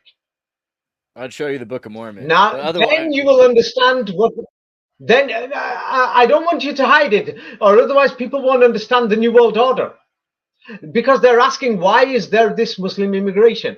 If you don't want it, then look after your parents. Go and look after them, live with them. That's an interesting point. Many of your parents but then again, live on their own. who and what elite first indoctrinated them into modern Christianity where one of the results, or whatever, debased atheism or whatever, is that people don't take Like care I told you, anymore. There there's was two an sides. elite for that. Yeah, many I people. just want you to point Many that out people again. don't know Yes. this. Wait. Okay. Now, many people don't know.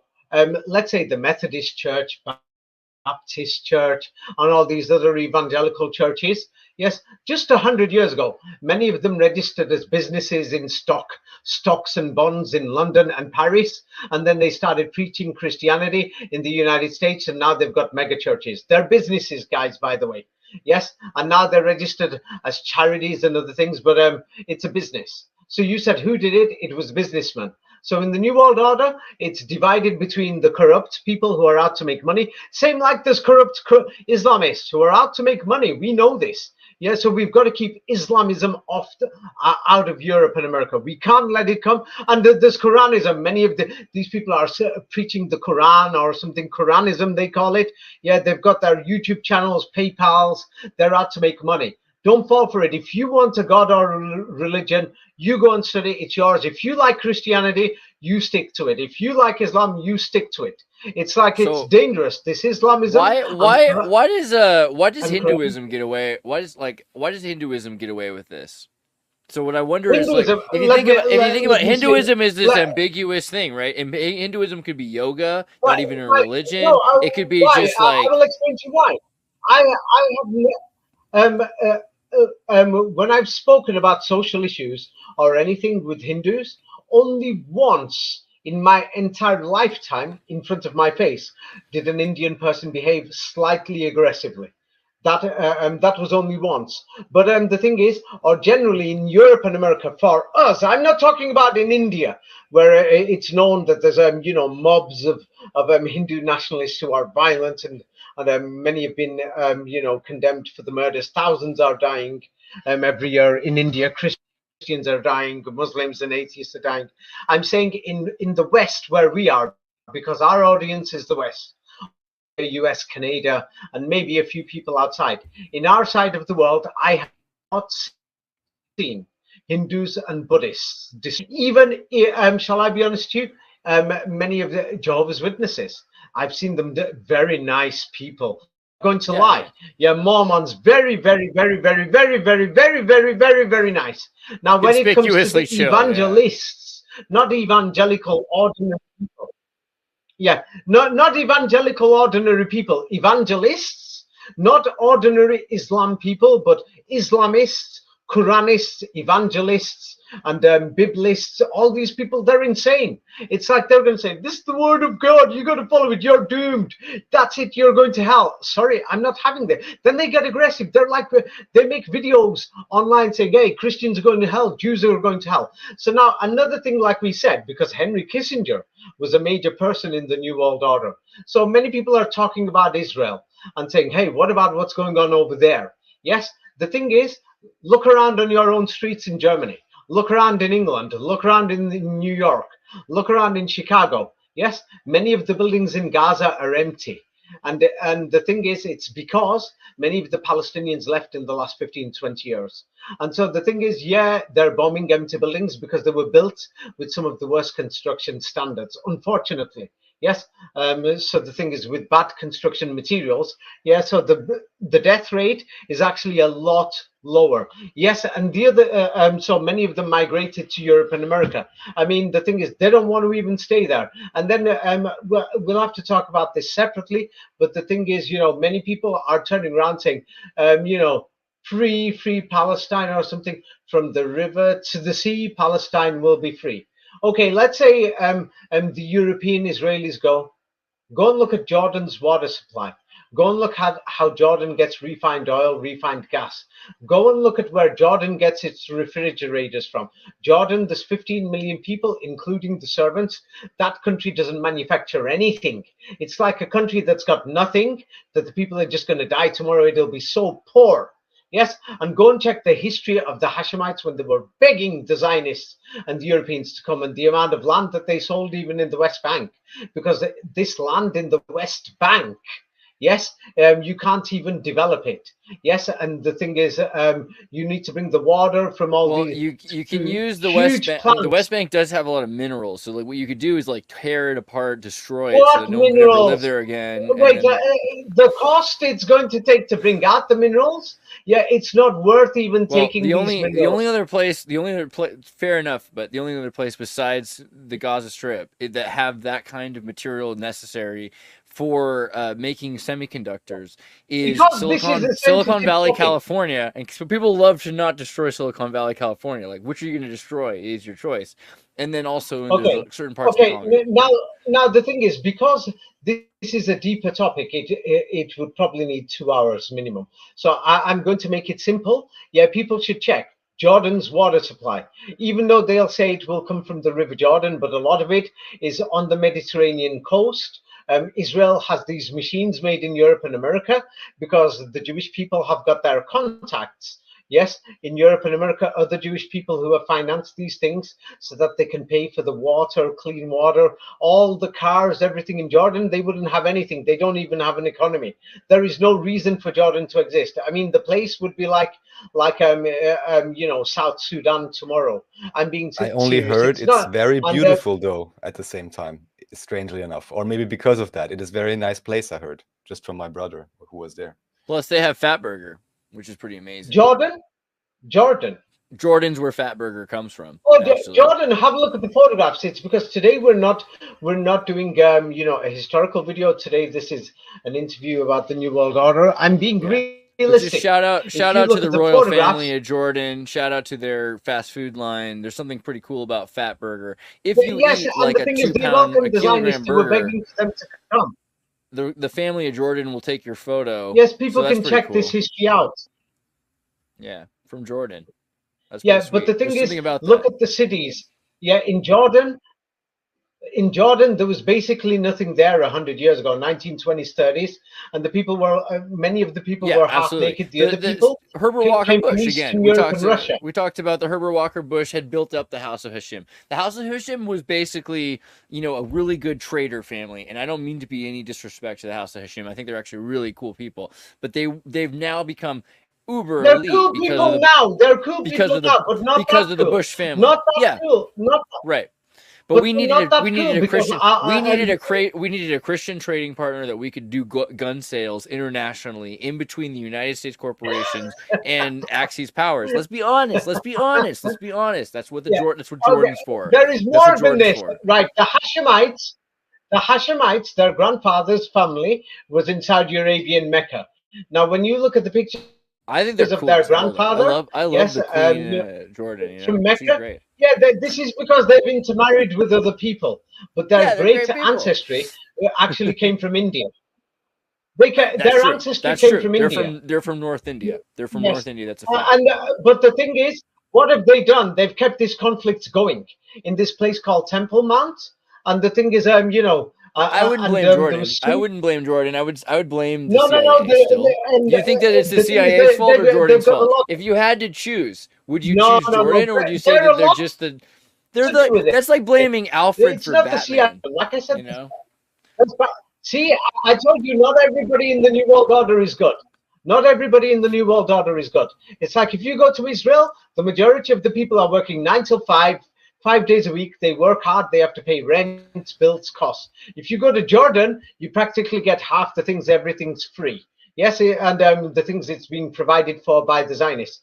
Let's wipe Israel off the map. Tomorrow, 15 million people in Jordan will not be able to support themselves. Within 20 years, they've got nothing. Go and check. They don't manufacture anything. There's nothing there. Even the buildings that they built, Fatburger's even really the big in LA. Jordan could make it.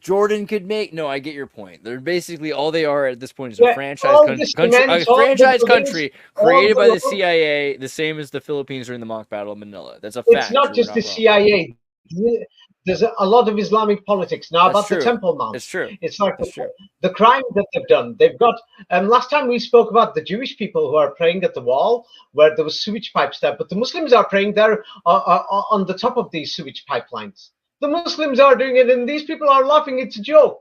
And then they might even turn it into a conflict zone. And they've created so much hatred there. And these people, some of these elites are benefiting from it. But it's not the Jordanian royal family that benefits from it. It's 15 million people inside Jordan who would be poor, who have no economy whatsoever. And they're benefiting from it at the expense of, what do you call it, 1 million people in the West Bank. And Palestinians, you see, and at the expense of people debating and fighting about this holy site in the Middle East. I mean, for God's sake, they can make an agreement tomorrow. Yeah, I don't like animal sacrifices personally. That's why I don't want a new temple there. But the thing is, a new temple can be built there. Yeah, I mean, they could share and divide the place. Some people will say, no way if I'm an Islamist or something. But the thing is, it just can't keep going. These conflicts can't get, we're just because of people's religions, we are not going to have a world war. Send your own brothers and sisters and you go and die yourself. But sorry, I'm not sending my people or my neighbors to go and die for some building over there. I mean, the thing is, they can make some type of agreement, and there is no evidence that this place was holy or anything like that. It might have been special a few centuries ago, but not the way that they've idolized it, the Zionists and the evangelists. Not the good Zionists, the bad ones, and the Islamists. They've done this on purpose. This is in my book. What do you call it? Jerusalem is in Europe. I know I normally don't speak like this in a political way, but today I'm doing it because the thing is, I saw these riots in England, and the thing is, yes, many people don't realize what they're going to destroy if the current world order is destroyed. So the answer is yes, Raphael. Finally, the answer is, don't destroy the world order, improve it, work on it. If you've got a problem with immigration, yes, then do you know what to do? Get off your ass and go to work. Go and work in the farms. Why are we they're bringing Pakistanis to Holland, to Denmark to work in the farms in summer because the Dutch and the Danish won't work there. They're bringing Indians and Bangladeshis to work in they bring up people from all over Europe to Austria to work in the farms. There's no Austrians working in the farms either. Yeah. I'm sure that you've got at least 30,000 Austrian kids in college right now. They're in the WOOF program to go work in a farm. I bet you that there any are. of you they're people probably in who other are countries. against the New World in Order, South America, yes. There's many people who are age 50, 55. Every single country. You know what WOOF is?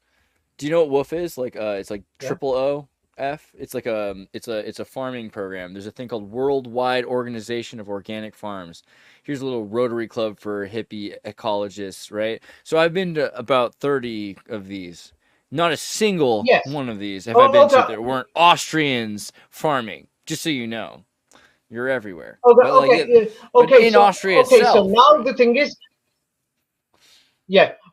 so now they've had to make a website for this. Let's just go to Pakistan or to Morocco or to Turkey. You don't need an organic farms. They're already organic. Half of them, because the people have not can't even afford selfish and lazy like we've become in chemicals. Europe. Yeah, right. We're greedy. Yeah. It's also crazy. It's also crazy to give. It's also crazy to give your chemicals. So you have to remember that Monsanto was creating genetically modified super soldier steroids, and those steroids were ending up killing people, and they found out those could kill plants. I have an answer for you. I have an answer for you, Andreas. I have an answer for you. You're anybody who supports that view that you said. Maybe you're just saying it, but you don't support it. You know what? Tell them. Go to a farm. Start working. Tell your sons, brothers, and sisters. Start telling everyone, go work in a farm. Tell them to ride 100%. I think that instead of wasting your time at college, like I'm not Peter Thiel, but like if you went to a woofing program, that'd be better. They're not going to do it. So if they're not going to do it, shut up and accept these migrants because they're doing your work. They're working for you like dogs and animals. Yeah, throw them out. Yeah, in Belfast and Northern Ireland. Yeah, since the 70s. Now they don't want to do farming and they're complaining. These Albanians are coming, or Pakistanis, or Algerians are coming. Okay, throw them out and you work in the farms. Stop drinking. Stop turning around and say, "Hey, I'm a hard take, but off my with take on too. Friday I've been night." saying it for years. Yeah. I've been saying it for years. I agree with you. I think it's crazy that people are like, we got to throw out the No, people that no, give the. don't I don't say, eat no, strawberries don't because of say how it. much it You upsets got to me. You shout don't them. understand. You got to shout at them. You know why I'm shouting? You got to shout at them because they're not going to do it. And guess what? You know, these viewers who are sat there, if any of them are younger, they're going to think, no, I want an office job, a high salary. I want these holidays. I want my cars. If I'm a girl, I want my handbags. Oh, I want my shoes. I want my jackets. I want my holidays. Oh, I want the Christmas trees. Did they ever, think with their effing I'm sorry, ass David. where these Christmas trees came from? Who David. made them? How did they manufacture them? Are you Yes, seriously go on, not Raphael. running for office? Because I'm gonna vote for you no matter what. Yes, We're gonna totally, nominate David. you. But just briefly, because it's If one I story run for that office,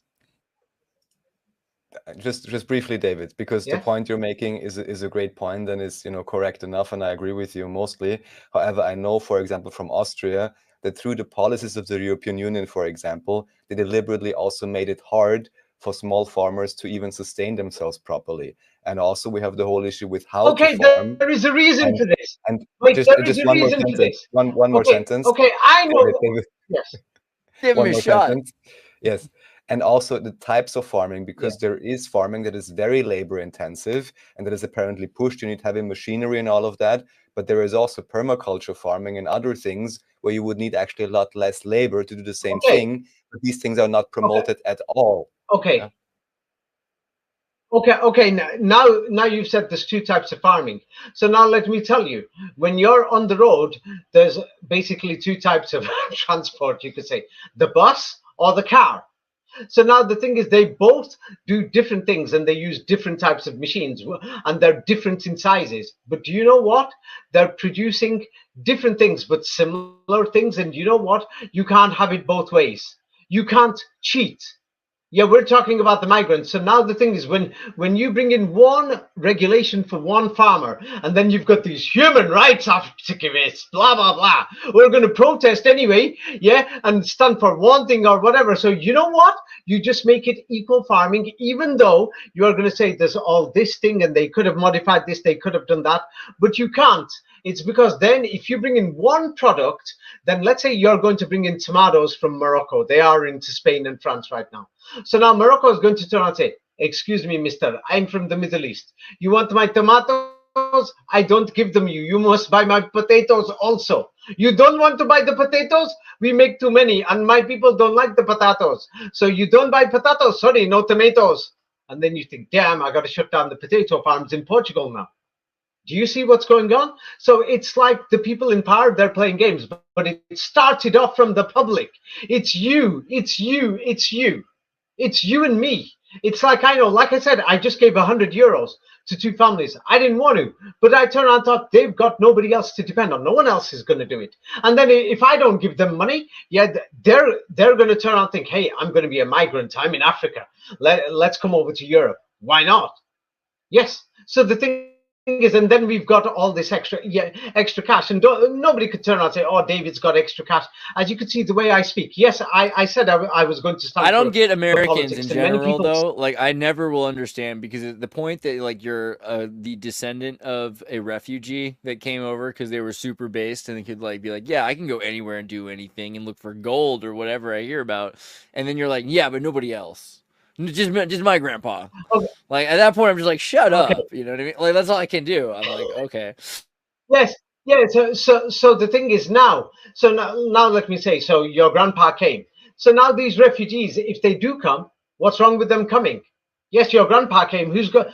Can the native Indians in America? I mean, it would be wrong to turn around and say, go. Yes, there was injustices in the past and injustice today. So it's not just the state. We have to actually help and make things better.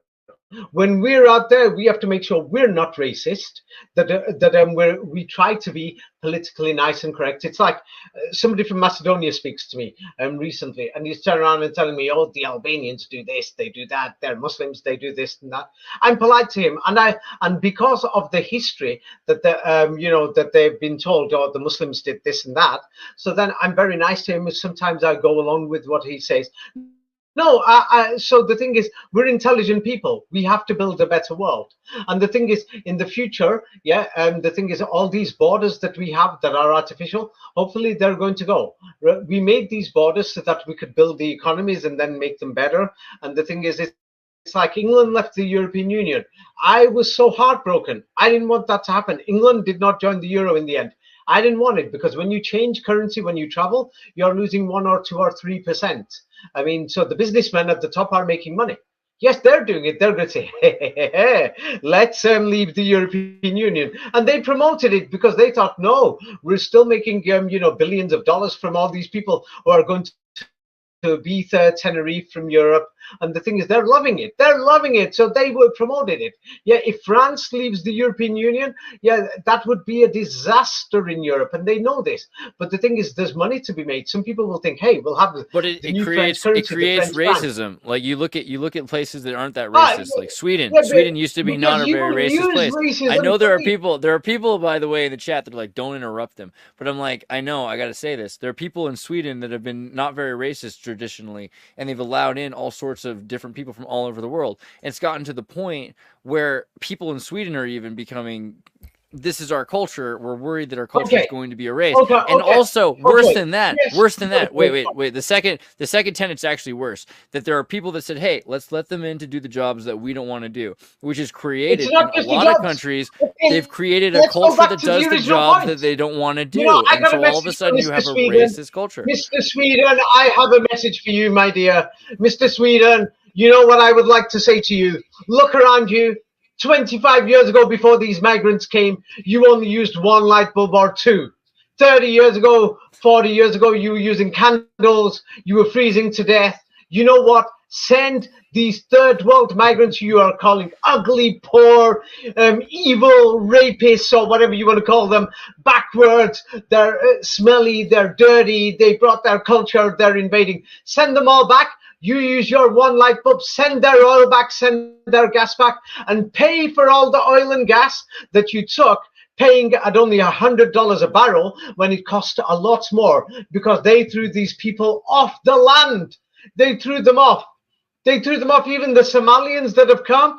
It's because, check this out, in Saudi Arabia, the Saudi Arabia, Qatar, Bahrain, Kuwait, and all that, there's 1 million white Europeans who are living there. You got to feed them now, don't you, Mr. Sweden? There's people from your country there. Because the whole point is that they're feeding Mr. us, Sweden, right? Mr. Sweden, I would like to put it like this. If Somalis are farming for us, no, then it's they're not the feeding farming. us. Let me explain. They feed So now themselves too. where the oil is there at the desert, in Somalia and Ethiopia, Mr. Sweden, yes, your bankers have funded Indian workers to go in when they were more experienced, after they caused a war so that Somalians blew the hell out of each other, killing, murders and rapes. You provided guns from your factories for all the deaths. Bring some of these people back to life. Anyway, forget it. Send them all back. And you know what? Yes, you know what? All these human rights activists, they will be happy to help you. And you know what? You, yes, sit there in the cold, go back and dig those houses in the 19th century under the hills and burn your wood and breathe in the smoke and start digging in the mountains for the coal. You can keep your culture to yourself. In fact, I support you. Come on, do it. Yeah, and the you know Mennonites what? and the Amish. Right, I've been thinking about this You know too. what The you should Mennonites and the speak for? Amish. Yeah, We you all built support the oil Amish. pipelines. I've yet to hear a Mr. culture be Sweden, against the Amish. the You know? gas pipelines that you built through their land that went through hundreds of kilometers to transport Mr. Sweden, Mr. Norway, Mr. Finland, yes, Mr. Nice Guy, that you've had enough. You've not brought 500 million people. Yes, like these people have taken 500 million of the European people into their lands. Bring these 500 million back. It's a lie about the white genocide. Nobody's counting how many white people have gone to Canada or how many white people have gone to Australia or New Zealand, somebody else's land. You've already killed them. You can't even bring one person back to life. And then now you still want all these computers. Oh, my phone's charging, darling. Ah, yes, let me send him a message on Friday night. Oh, yes, darling. Oh, yeah. Or if it's amongst the boys. Ah, yeah, she's up for it tonight. Oh, that's cool. Let's send her a message. Oh, my battery's dying. Oh, fuck's sake, her battery's dying. Oh, yeah. Oh, let's fire. Oh, yeah. Do you think that we should have? I mean, like, because you're saying basically that we need these people because What we Swedish should, people want to be what pretentious, we've done, English people want to be pretentious. They want to it's not have just a Swedish, working class people. Let's have it's all, Pakistani people be their working class people. Isn't that messed up? Shouldn't we it's not make just Swedish Pakistani, people pick the strawberries? Is Somalians that there. not their In karma? Is Scandinavia, that not their in dharma? Scandinavia, yeah, yeah. In Scandinavia, I noticed there's a huge, what do you call it, Somalian population and Turkish population. Yeah, That's get one of things a done, huge one. right? If you go This to Denmark, reminds me, and a better yeah, example would be it's like in not Chinese people in Spain, because in Chinese people in Spain will have siestas. Spanish people have siestas and don't work on Sundays. Chinese people will fill in the time. Somalis are doing this in Sweden as well, right? So in general, we're having so people now fill the in the. thing is, in Europe, they can do this. If people want it, if people support me, you know what? Yes, what they could do is add me on Facebook, and they can donate millions. I will stand for send them home. I will create Fair a enough. political party in Europe Fair like enough. that. Yeah, I will let's do make it. everybody in Europe I'm a good Amish. Let's politician. take away And their I will cell do it. phones. I will send them all Let's home. divide the But you cappuccino know, economy so that nobody has what? access to anything that doesn't come from their own No. hometown. Let's make them Do you only know what eat they've things in got their to own do? hometown until they starve, right? Let's make everybody No, separated and what they've isolated. got to Let's do, make everybody they've got speak to their own promise me. language. Let's make everyone come up with a new word for love and for lack of love. Wait, Let's make wait, everyone wait. isolated I from will each other. Let's set have up a this new Cold political War. party. A new Cold Send War will be them great. home. Send them home. Send them home. Everyone, let's have it. Let's destroy the Tower of Babylon and make everyone suffer. Wait, That's the only way, right? Let's why you, should we have any communication or anyone who understands each other or anyone who's empathetic? You want a Hitler. You want a Saddam Hussein. Put me in power. I will send them home. I'm telling you all now. Put me in power, and I shall do it. And you know what? I'm telling you now. Yes, put me in power. Send me the messages. Give me the millions. Donate, and I will set up the party Europe-wide. I'll send them home. But when I bring in the new laws to preserve the culture, no electricity. We don't have oil. We don't have gas. We're clear. There is no gas under Germany. We're all there clear, is no right? gas in Scotland. We're done. You're done. All of us. You're done. That's it. That's it. Yeah, I think we're clear. No, I'm getting voted. That's the end of it. And also, you have to come up. And more than that, you have to come up with your own words. Every single one of you. You have to come up with. We're going to take away your dictionaries. We're going to take away everything you have. Let's be clear. The people are going to be dumb again, and then after I've died and I've gone, don't worry. You and Raphael can be the dictators and take over. You see, you can abuse people. They don't even know what anything means. There's no electricity. The roads are all damaged. All the skyscrapers fall. The apartments fall. But I'll be honest. I'm going to keep some books. I'll be honest. Don't worry, the people will be half naked again. They're going to have to do their own sewing, knitting, weaving, everything, and they won't have enough clothes. They won't have showers anymore. It's too cold. 6 months, they got to wait through winter, things like this. They won't have any of these things anymore. Yeah. So the thing is, good luck. Vote me in. You know what? Put your money where your mouth is, you people. Yeah. Instead of attacking police officers in Europe, how dare you? Yeah, and the thing is, how dare you? And then the thing is, they won't climb up the trees to bring the apples down. They won't do it. And then so when I know in Holland, I know a company. Yes, one of my friends is a partner in it, and they've got foreign workers coming from India, Pakistan, Nepal. And you know what? So many times they've tried so hard in Holland to get Dutch people working. So do you know what they do? They offer people from the third world and say, work for us for 5 years. And it's basically a 12-hour shift. Yeah, but they're working 8 hours, but the other times it's a terrible lifestyle. And the thing is, they can't go home. It's like they're far away from the cities. Oh yeah, there's no most of the Dutch people we know are completely insane. I'm not talking about 13th Monkey, but legally speaking, let them carry on. Let them carry on with their Dutch right wing. You know what? Vote me in. Mr. Wilders was not enough. Vote me in. I'll show you what is National Socialism. National Socialism, vote me in. I shall achieve the results. Who is Mr. Wilders? You're going to be so happy going 13 miles an hour in your freaking car. By the way, I'm being serious to you. I was actually going to become a politician, and my family was wealthy, and I would have made it probably into the cabinet in the British government. But I didn't go for it because, I was too much of a chiller. I loved traveling and all these other things. I thought I don't want to be tied down whereby you have to follow rules and things like this, not get into scandals. I thought I like these scandals. I'm with this girl today, another one tomorrow. I'm timing this girl and that. Oh, that's my personal life, by the way. I'm not looking for followers. But if anybody wants to know the New World Order scams, it's in my books, the Tartaria series. But the thing is, this is about the New World Order and about the immigration. I ask people to calm down. It's a lie about the white genocide. It's a lie about the low birth rates. Maybe it's low in Northern Europe and in some parts of the United States and Canada, but go to Latin America and Australia, outside Sydney and Melbourne. Go to Perth, Adelaide. The birth rates are not so low there, or in many of the villages. And the thing is, just go to Brisbane. Go and see how the people are on a Friday night, and you'll turn around and think these people don't want to work. They want to do nice office jobs, university things. They want to travel. They want foreign jobs with a good company. They want a high salary. Nobody wants to work. Nobody wants to make their shoes. They don't want to even make. People don't know how to manufacture shoes. What's the future of that? Like at a certain point, you have to have automated Marxism. Automated Marxism is where you have all of these systems that have been built by the Trilateral Commission for the purpose of having machines that will make these computer chips for you, right? You can't always have Chinese slaves. You can't always have African slaves. You can't have China exporting to Vietnam forever. Yeah, right? We won't always have slaves. So now the thing is, Raphael sent me a message about the depopulation. It's not about depopulation. The world's population is going to reach what we call economies of scale in population. Absolutely. They are killing off individualists. That's all there is to it. The individualists are dying off. The hive mind insectoid populations are going to mass populate.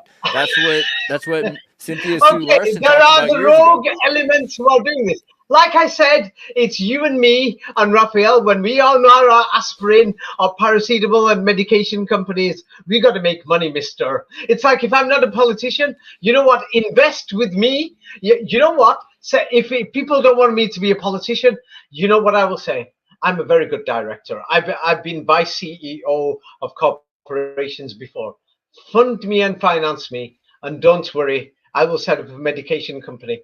The purpose of it is to make profit. It's not about healing people. Yes, there is rogue people. I agree there is bad people, but not everybody is bad in the New World Order. And we don't have a fixed New World Order. What we do have is a multipolar world right now. And the thing is, we're trying to get the rules-based international order better, the rules-based system. That's why Croatia, the police has got better. Now, that's what we want in the rest of the world. Absolutely. We want the world to get just better. Tell me, David, why does it appear, and you would agree with this, that within the last few years, at least in the lockdowns, one side has been given free rein and running wild, and there was, there was a great movement. Let me tell the reality to you. Mr. Europe, Monsieur Raphael, Monsieur Europe, vous êtes European. You are European, mister. And you Europeans, you like to speak, but no action. Okay, let me tell you the reality. Now, let me tell you about COVID, monsieur. Yes, sir. Now, let me tell you about COVID. So now we've got China and India. We moved our factories over there. So now the thing is, of course, there are rogue elements like me and Andreas. We like making money. We don't care about Europe so much. We're making our billions, me and Andreas, right now. So you know what? You, Mr. Europe, you come out with an idea called, hey, a lockdown. Let me explain the lockdown to you. China had a lockdown for 3 years. Europe had it for about 1.5 years. The Muslim countries, they basically didn't have a lockdown at all. People didn't even care. For some reason, this Quran has a different effect. Chill. I think it's because they were like, wait, you want us to wear masks? They're like, okay, we're good. We're good. Okay, don't touch anybody 6 feet away. We're good. We're good. We're fine. We're just gonna not touch anybody for 6 feet and wear masks. Yes. This is great. But anyway, let me tell you the reality of the lockdowns. The reality of the lockdowns. Now, imagine if I've got my factory and let's say I'm just making Duracell batteries, or if I'm making remote controls for your television or your whatever. Yes. So I'm just making the light switch that you press when you enter your damn house. Yeah, and you won't even have that switch in your house if it wasn't for me, Mr. India and Mr. China. I represent me and Andreas. We're Mr. India and Mr. China, and we are supplying this to you, Mr. Europe. So now the thing is, we manufactured extra in the last 20 years.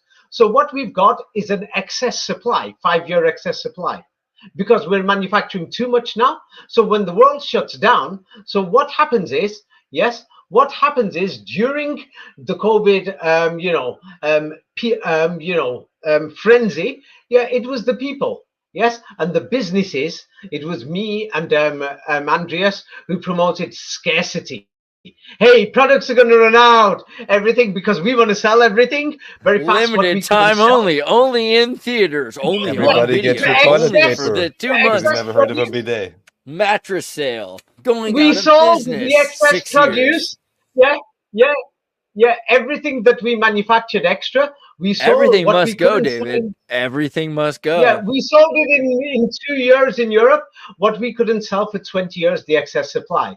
So that was Oh my another God. thing during This was COVID. the most popular. I mean, that's limited time. wonderful, No but then longer even here, available in America. Now only why is it available in necessary- Poland.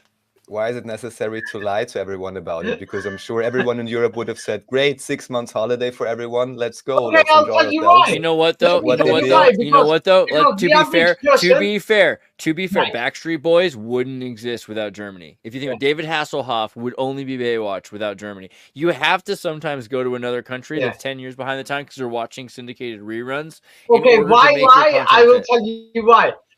Forget the Backstreet Boys. You know what it is? Why would, let's say if I'm the New World Order, why am I going to lie to you?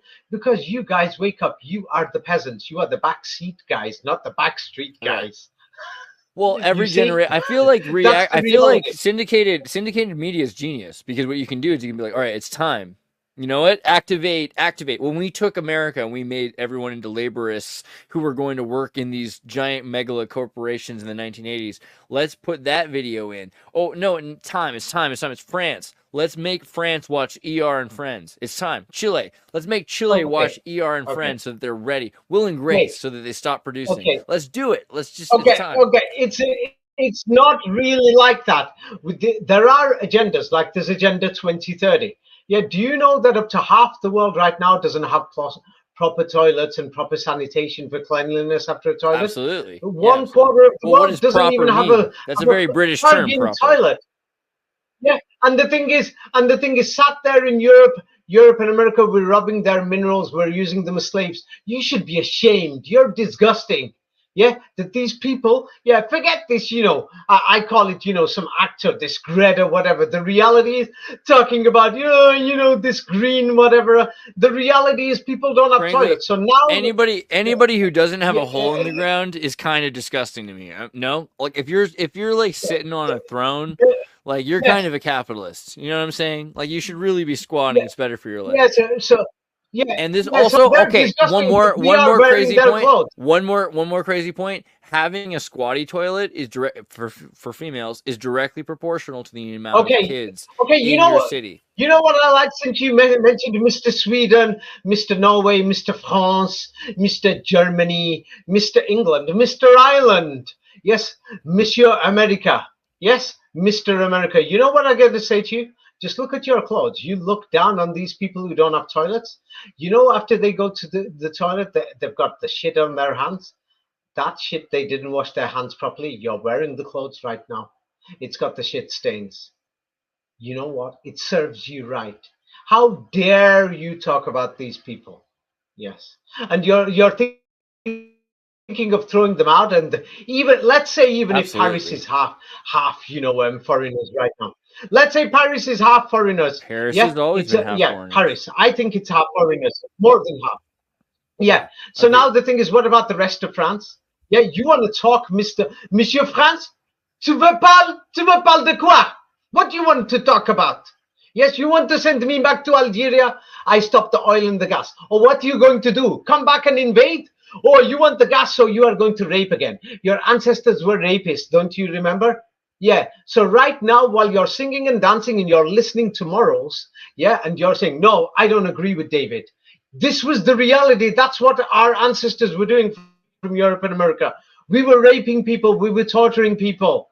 There's thousands of photographs of the torture, the abuse, and the hands that we cut off in Algeria, people's hands we cut off in the Middle East, in Africa, in Latin America. You'll find the photographs online. And the thing is, even in the mixed races, you can still see it, that the people who are still a lot whiter in Indonesia, what people from Holland did, and many Danish people and Scandinavians from Norway, Sweden, and Finland who went to Indonesia, yes, with the Dutch East India Company, the rapes, the tortures they did, the slavery. I mean, yeah, I mean, it's sick. Yeah, and the thing is, you did that to them, and today you're complaining that their descendants are coming on boats. Oh, their descendants are working still to this day, $1 an hour and all the $1 a day, I mean. And the thing is, oh, you know what? That's just to keep even the water machines.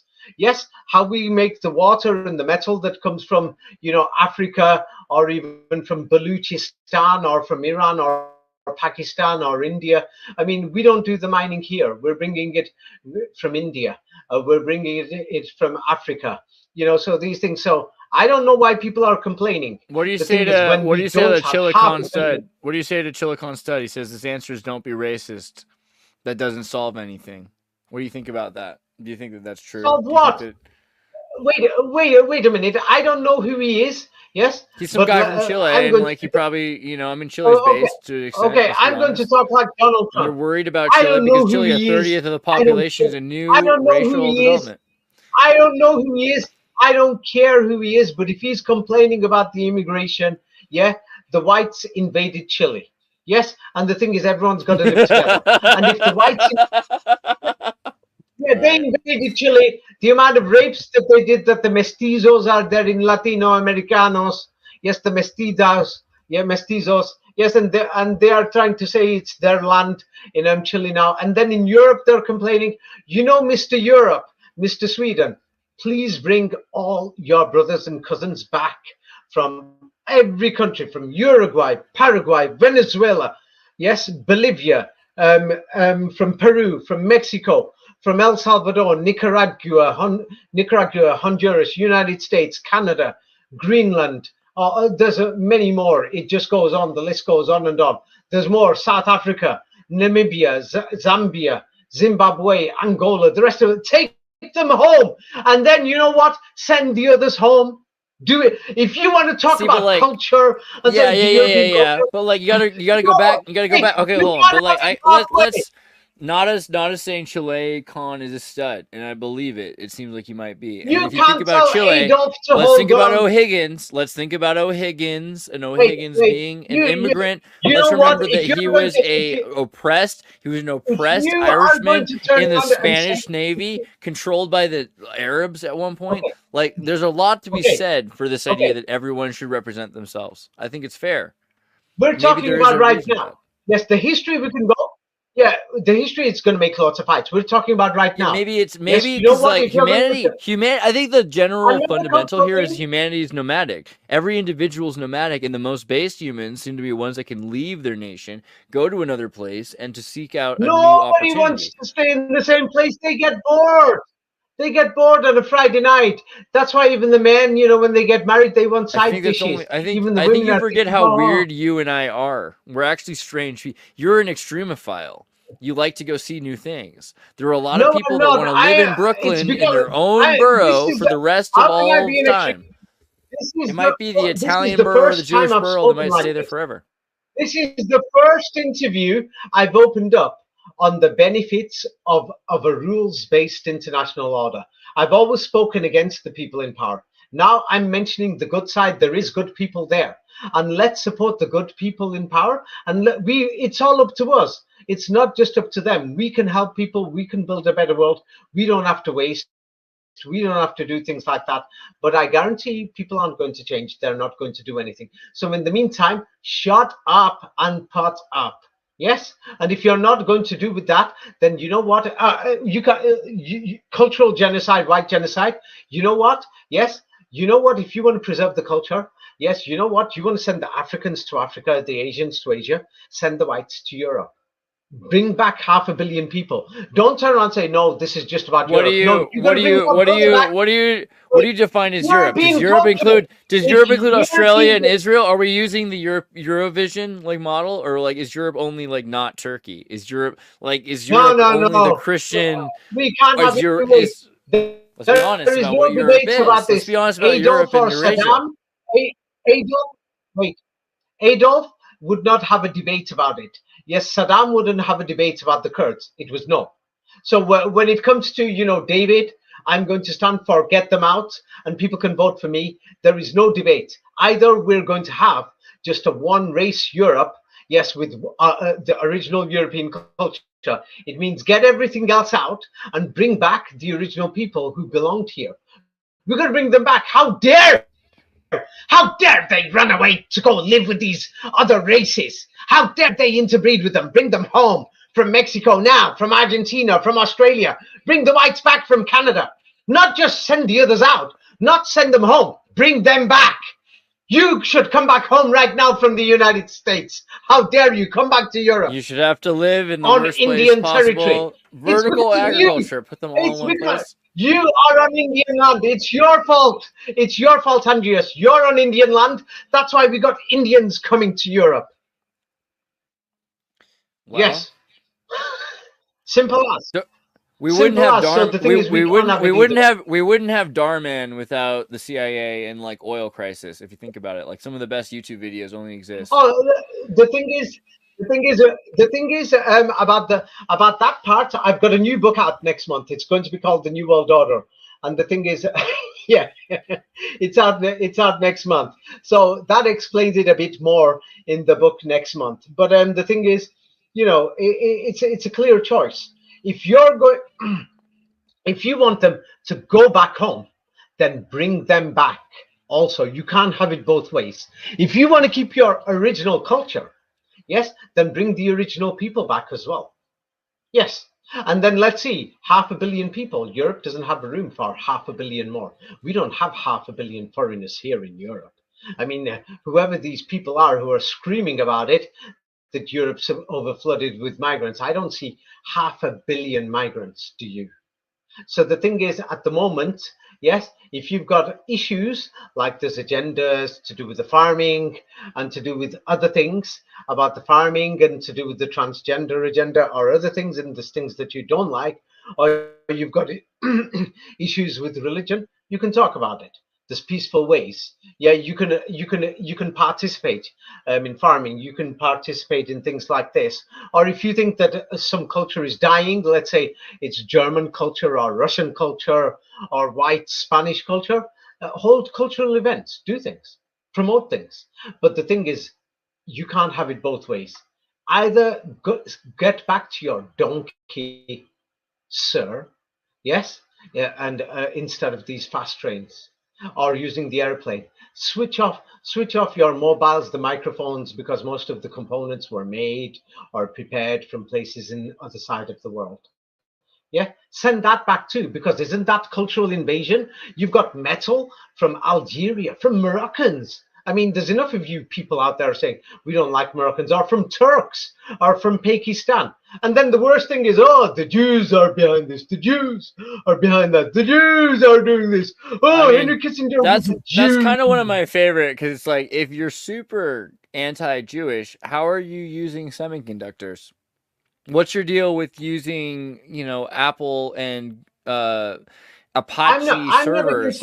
How are you dealing with the fact that most of that technology requires Israel to exist? I'm just saying, if you're really into talking to people around the world using online technology, you're pro-Israel. Yes, you don't know it, but you are. You are. Yeah. So now the thing is, many people. Now the simple answer for Israel is this. Yes. You know what? They've said free Palestine. What do they say? From the river to the sea, Palestine shall be free. Okay, I have a great idea. Vote me in. I will send the Europeans, yes, the European Zionists back to Europe. And at the same time, I will send all the Asiatics and all the Africans out of Europe. You also, so if there's any people who are from the Middle East here who are telling the Europeans to get out of the Middle East, I say to you, Muslims or Christian Arabs, if any of you Arabs, Indians, Pakistans, Algerians, Moroccans are listening, and you want the Europeans to get out, yes, from the Middle East, you want them to go home, you go home too. Fair is fair. You got to give and take. You go, you want them to get out. You want Israel to get out, then you get out also at the same time. Yes. Oh, by the way, when you're showing these pictures, of the Amish and these other groups. I mean, I've never seen a black Amish person before. That's pretty cool. I never knew that. But the thing is, the clothes, yeah, these people who don't have toilets in the third world, Algeria, Morocco, Turkey, Uzbekistan, Tajikistan, Pakistan, Afghanistan. Yeah, when they didn't wipe their ass properly with shit stains, they touched the fabrics that you're wearing right now. And you still have the guts to condemn and say, get out, and you're saying they're invading here. What invasion are you talking about? There's 500 million of you Europeans over there. Yeah, bring them home and send them home. It's got to be both. Send them home. Send them home. Bring them home. Bring them home. Send them home. Send them home. Bring them home. Bring them home. I mean, like, I hate to say it because it sounds like a soccer hooligan chant, and that would really work. But Silicon Stud, who the hell is this? Is Silicon Stud LDS? That's pretty base too. Silicon Stud is a base. Oh, wait, look at this garbage here. They built cities, blah, blah, blah. Brigham Young fought with governor about where to put the mile marker in LCC. The ancestors didn't even have half the food. They brought these slaves, often trained white children from Europe. Yes, the slaves did the farming so that their ancestors could do the construction. They had black slaves, Indian slaves to do the farming so that the pioneers could do the pioneering. But they kidnapped people from Europe. What do you mean your ancestors over there, Mr. Chile in America or wherever, building cities? You kidnapped children from Europe. Send them home. Bring them back. We want them back. Who the hell are you? To be fair to David here, Brigham Young's winter traversal was the most decimating. It killed a lot of people. It was a pretty dangerous trail. History is a lie. And once the people that made it got there, then they did send trains because the Western Pacific, who made California. They made because people think about like people wagoning across the Pioneer Trail, but Oregon Trail, the Mormon Trail. What happened was the United Pacific ended up bringing in a lot of trains, which brought in children. Yeah, so the story is a lie. And the thing is, when they brought the people, there's other things. They built cities in America. They were pioneers. They kidnapped children from Europe. We want them back in Europe. Send them back. Yeah, they used them as slaves and you built the country. You kidnapped children. What pioneers are you talking about? My Bolstein mates. Yes, we'll see who votes for you. Yes, you kidnap people. What pioneer is that slavery? And then there's other people who are going to say, oh, the pioneers look strong. They had clothes on and shoes. What about the cotton farms in India? These pioneers are wearing clothes. What about the slaves that were in the plantations in the Indian subcontinent and in the Middle East that the Europeans had over there? It was even a global system then. They would have been naked. They wouldn't have had the time. How could naked people have built anything? Then what about the food that they had the black people doing a lot of the farming and the native Indians doing farming? They wouldn't have even had the food. They'd be busy doing farming and making clothes. They would have still been in Europe living in the Middle Ages. You know what KRS-One is? There's a lot of point to what you're saying here. You think about KRS-One and say the nation of hip-hop. You might think of the nation of Islam. You might think of the nation of America, which are the American ideology extends all over the Western Hemisphere and maybe outside of it. The idea of the fraternal American order might be a French idea that's not even from America. So maybe there's something to the idea that nations are ideological, that people are migratory, and that idea that people are nomadic, that might be important. I will explain to you because I've spoken to many politicians who are high up, Nation-state borders were created so that you could develop that area under your control, under certain regions. Like Mike Ferreira, he's a great researcher. People can look out for him. Mike Ferreira, he's even shown that the African nation-state borders are based on mineral regions for mining and other things for control, so that you could build an economy there and then build civilization and things for the people. Yeah, you invent the fake history and the language, whichever one you want to use within those borders. But the thing is, let's talking about it right now. People could talk about the history and whatever. We're talking about right now. Either we can cause conflicts and destroy what we built. Yes, and if we destroy what we built, millions of people are going to suffer. Or we can improve what we've got. You want to do organic farming? I mean, for God's sake, they can do it in Algeria. I mean, if they can do it, are you trying to say that they're stronger humans? The men in Europe are strong. Why can't the men do it? So if you're going to put a comment and say something, no, it's what, genocide, you tell your people, go to and work to a farm. Yes, and say, so what if it's low salary? Tell the people in your city to actually start farming. Why won't they do it? Why won't they do it? Because they know they don't want to. Go on, start preaching. Stop turning around blaming the immigrants and say somebody worked for 5 years, then they got residence.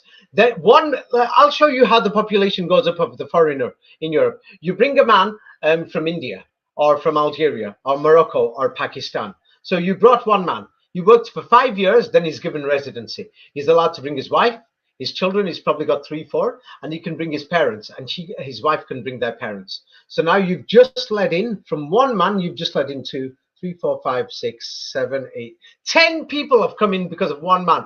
Because we can't even find one guy who wants to work in farming. We can't even find that one guy. What's wrong with you Europeans? It's the Europeans. And then they're saying, we've got 10 migrants who've just ended up in Belfast. Yeah, when those local people don't want to do the farming, get off your backside. Tell your sons, your daughters, your neighbors, we must do the farming. We must do that. Give up your cars. Go back to the horses. Remember our grandparents used to walk. There weren't enough buses in the 60s and 50s. We didn't even have horses.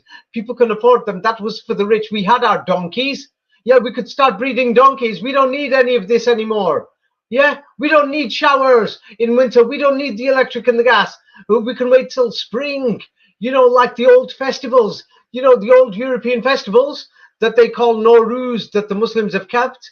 You know, Nowruz means Novi Russia, or the New Year, you know, like twice a year, Easter, and then the other, like you've got Passover, Rosh Hashanah, Easter, you know, the equinoxes. You know, we can bring back these old European festivals that are based on the Northern Solar Calendar. Let's do it. People should just use one light bulb. They can use candles. I mean, what's wrong with them? We can manufacture candles. We can actually do that from the mining here. I mean, the thing is, if you don't want to do mining, you can do what your grandparents did. They did mining, didn't they? They started when they were age 7 and 8. Yeah, and then you're going to complain and say, oh, the Muslims are doing mining and their daughters who are 9, 10, 11 are getting married. Didn't your grandparents do that? Didn't they do that in Europe or Mr. England? That's why they call them inbreds in every city in England, in Germany. They're inbreds because they married their cousins. Yes, go and check. Yes, and do you know what to do? I mean, you've got your children. There's the hills. Yeah, go and get a permit. Get the local people in your city just to get the hill, and they can start getting the coal out. You could put the coal, and from there, you know, you don't even need the lamp at night. The coal fire, it's enough light. And then, so what if your children breathe the smoke? So what if you can have 6, 7, 8 children like the 1970, 1 or 2 could die from the smoke? I mean, what's wrong with that? Don't worry, you'll have about 3 of them will survive, or 4 after the age of 30 or 40. Come on, let's go back to the original. You look at the Mennonites. The Mennonites, man. No, they're Pennsylvania. You got 13 kids, and you got 100. You got 13 kids. If you have 13 kids, you have 130 grandkids. Wait, expand that picture. 130 grandkids. 130 grandkids. They are using modern machinery. They're full of bullstein. They're using paper in their hands. They've got electric machinery. They're using many of the clothes they wear are made on machines. Some of So them you're even wear saying glasses. is They're there even no wearing point that you glasses can? from modern machines. Yeah, Is they there no? use a lot Well, of. They've wait. even got the modern chairs there. Yes, All they're right. sat in a park where they Is use the there? modern machine to graze Is the there? park. Well, I like that. I like the idea that after Do you 40 know what years they of should do? everyone else You fooling know what they around with should do? I computers, they think can look once. Hold on, I'm curious. I Let me want. just ask this: I if you get want rid of white European if you get culture. rid of Facebook, I don't want this culture. You know what we should do? They should get on their knees and tell their 7-year-old children to cut the grass. Do it well, like they I did in think that 1910. let me How ask my dare question. you? If you look at How the dare you give up if you this look at European white culture? How dare you? Who do you because think you are? You're white yourself. Yes, because Jewish people invented Linux and it's pretty cool. I like the idea. Okay, there's a Finnish guy. the He Jewish did the people, like Colonel. the Jewish No, people I think don't know. after 40 years of Farmville and Just go Facebook to and Google Israel. and There's so AOL much and all this crap, if the in old Israel. order Every people person has got wait, 10. hold on. If the old order wait long enough so that they can start trying to use new order technology and they find that after 40 years, here's the amount of technology we can use. We should have Well, email there is from more our technology. library so that we can You sell understand? stuff to the English. There I is think a there's lot a more reasonable technology. It's like you don't think because you the don't think Americans. you don't think that after like 100 years they can figure out how to I don't incorporate a need to little think. bit of our modern There's a technology? difference between. There's a difference. Like I said, I don't need to think about this. Because I was in China. I did a lot of business there. I've been to factories that are going to produce things that are electronically so amazing that the machines are ready now to get products out in 20 years' time. So the thing is, when you're saying it, it's not just a saying. This technology is really there. But the thing is, the main thing is the new world order. There's good and bad people. Now, Raphael, do you have anything else to say before I go? Is there anything that you would like to say? Well, what I'd like to do is actually ask Nachiketa if he has any question or comment. I really like that you today kind of laid out the other way, even though maybe the volume levels were high sometimes, but you know, for some people that can be Not fun high. to help them pay It attention. is not high. It is not high. Whose side are you on? I mean, you wanted to do the organic farming. Get up and do it yourself. No, all I was pointing out is that also here there is a great disparity. Not only you, all your neighbors, everybody in your city. Yes, Go and do it like the 19th century in Vienna. Who do these Austrians think they are and the Viennese? Yes, they're living in beautiful cities. They can just come out of the door in the morning, go buy a pack of cigarettes in the tobacco farms in Latin America. I mean, who the hell do they think they are? You know, Yes. not only the deepest most based fans will know that Nachiketa has been here almost the whole while listening in, and you know what, he's a man who's lived around the world. He's lived in America, he's lived in India, he's seen how people are living in this world, all because of this. Okay, Nachiketa, what do you have to say? All right, David, it's always good to hear from you, but you gotta like slow down a little bit, man. I mean, like I have a lot of respect, as you know, and so does Andreas and Raphael. And I'm gonna address the elephant in the room, which is that you tend to overtalk and hog the mic a little bit, just to give people a little bit of space to let them be able to speak up a little bit. That's all I have to say. But hey, listen, David,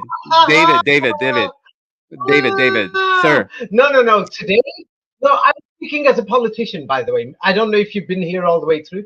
I was pretending to be a politician. Fair enough. And he was. That's a fact. Well, you're doing a fantastic job of being a politician. Absolutely. I'm not a supporter of the New World Order or against. I say there is good people and bad people there, and we can all help to build a better world. That's all I'm saying. I'm saying there is good things there and bad things. I'm saying let's not be racist and let's not destroy the world we've got. That's but beyond just like the vain critique, there was Nachiketa had a really good question earlier, which is about the solutions, right? Well, Nachiketa, you wanted to ask about what are the solutions individually and collectively, how we can work towards a particular goal. Is that right? Is that kind of I've got an example. Go on my Facebook timeline. Last year there was a drought in Morocco and there were floods in Bangladesh, and to both countries I sent several thousand people money. To some individual people, I gave them like many families, I gave them $10, $15 each. Not families, individual people, many families. I gave them up to $50 to €100. And I did that for 2-3 months in Morocco and in Bangladesh. 2 regions. I made a video. Have you found it? It's called Sedaka on my Facebook timeline. Have you found it? Yeah. In fact, what to do is at the end of this video, at the end, if you upload it separately after the live, what you could do is put it there and show it, something like that. I don't know. But the thing is, I'm digging right now. I work hard. I do my best to get money. It's like things like and this. like So far, and circumstances where they've tried to make sure that a family is stuck so that they can't actually accumulate any sort of sustainable wealth so that they can invest in their future. You're trying to say, hey, let's hack that system really quickly. we can all help, even within our own neighborhoods. And I'm It's a big like we fan of can all that. help. I think everyone should hack that system. You know, it used to be that people, I don't know if this is everywhere, but my family would send money back to Yugoslavia from America. I think that everyone Yes. in Mexico that I know has been sending money back to Mexico. There's nothing No, wrong with that. I think that's the most no, it's American still happening freaking thing right now. possible. It is Basically, well known. this is America. This is America. You try to get, like, after your war-torn country that America, by the way, has destroyed, you get some immigrants into the United States, they get some money together, they send it back to your country so that you can kind of sustain it. And by the time you're in America, you're like a little too successful, you get out. You get out of America. America's not a place for too successful people. It's a place for the upper middle class. That's it. That's basically all it's for. Yes. So then, after they destroyed the place, the Americans will say, we just redeveloped the place. Because they joined Europe, it was us, the Americans and the Europeans, but they didn't do anything. It was remittances, like I said, in Croatia. Yeah. So the thing is, Croatia is one place, even right now, there's huge remittances from the expatriate community. Is this real or is this AI? What is this right now? This is base. You got Palestine and Israel on your Facebook timeline here. That's a real photograph. Yeah, I think it was some fashion show or something, or a peace show. But type in Sedaka, I think it's spelled S. We're about. Let me also just tell people really quickly. We're about to re-upload Ancient Greece. Did not exist on the channel, so you'll be able to watch this on the Exertus channel. You'll see this coming up very soon. This is the next one to look forward to, and then let's. Anyway, Raphael, Andreas, it's because the thing is, I'm dying to go to the lavatory and other things. So I'm thinking, is there any other final question? I guess the point is basically you made the ironic point that immigration, sending everybody home is silly because you get sent home too. And that's not a real solution, right? That's not we all get sent. Yeah. So what is the real solution? Is the solution that we figure out what the new world order is? Be nice. Let's build a world together. Let's have fun. Let's have fun. Let's work hard. Let's build a nice world. You see? I tend to agree. We have access to all this technology. We have access to all of the antiquitech. We could build a new world from it. Everyone has the capacity to invest by voting in what they want to purchase. Right now. We're actually doing that right now. We're not just, it's not just saying. There's people working in all parts of the world who are doing it right now. And yes, what should you actually be concerned about? The New World Order. What's the actual thing you don't want to happen? What should I be concerned about? What do you want to happen? What I don't want to happen is Europe and America to collapse because it took us a long time to build. And now I want the rest of the world to move forward and Europe and America to improve. And when the rest of the world does improve, let me just be honest with you. If I lived in Toronto and I was from Mexico, you know what? When Mexico becomes a better economy in just 25 years, I'm leaving Toronto. Don't worry. 100%. And you were 100%. Racist. You didn't Mexico's amazing. Yeah, don't tell anybody. Surfing sucks. Don't try it. But the thing is, I'm going.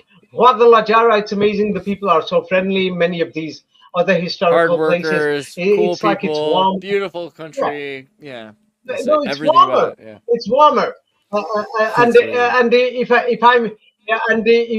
If I'm Moroccan or Algerian in Holland, you just voted in. Geest, Wilders, all. Yes, you know what? Yeah, just wait another 25, 30 years. When their country is ready, they're probably going to go back. By the way, if you look at Turkey, and the economy has improved so much. Now, Turkish people themselves, the number of migrants coming from Turkey has almost gone down. It's gone down so much that they don't even want to come anymore. And many Turks have actually gone back, and many more are probably going to go back in the next 25 years. So the thing is, let's not keep this racist thing. And not only that, yeah, many people from Europe want to go from the north. It's too cold. If we break the system down, we suffer. We are going to suffer. It's because we want the gas, we want the electric, we want the products. That's that. Yes. And like I said to Nachiketa's question, yes, the thing is, the politician part, I'm just acting to show you the reality, to show you how these right-wing people are spreading the evil message. Yeah, how they are spreading hatred online and other places with their videos. They talk in a crazy way. But I said it just to vote me, you know.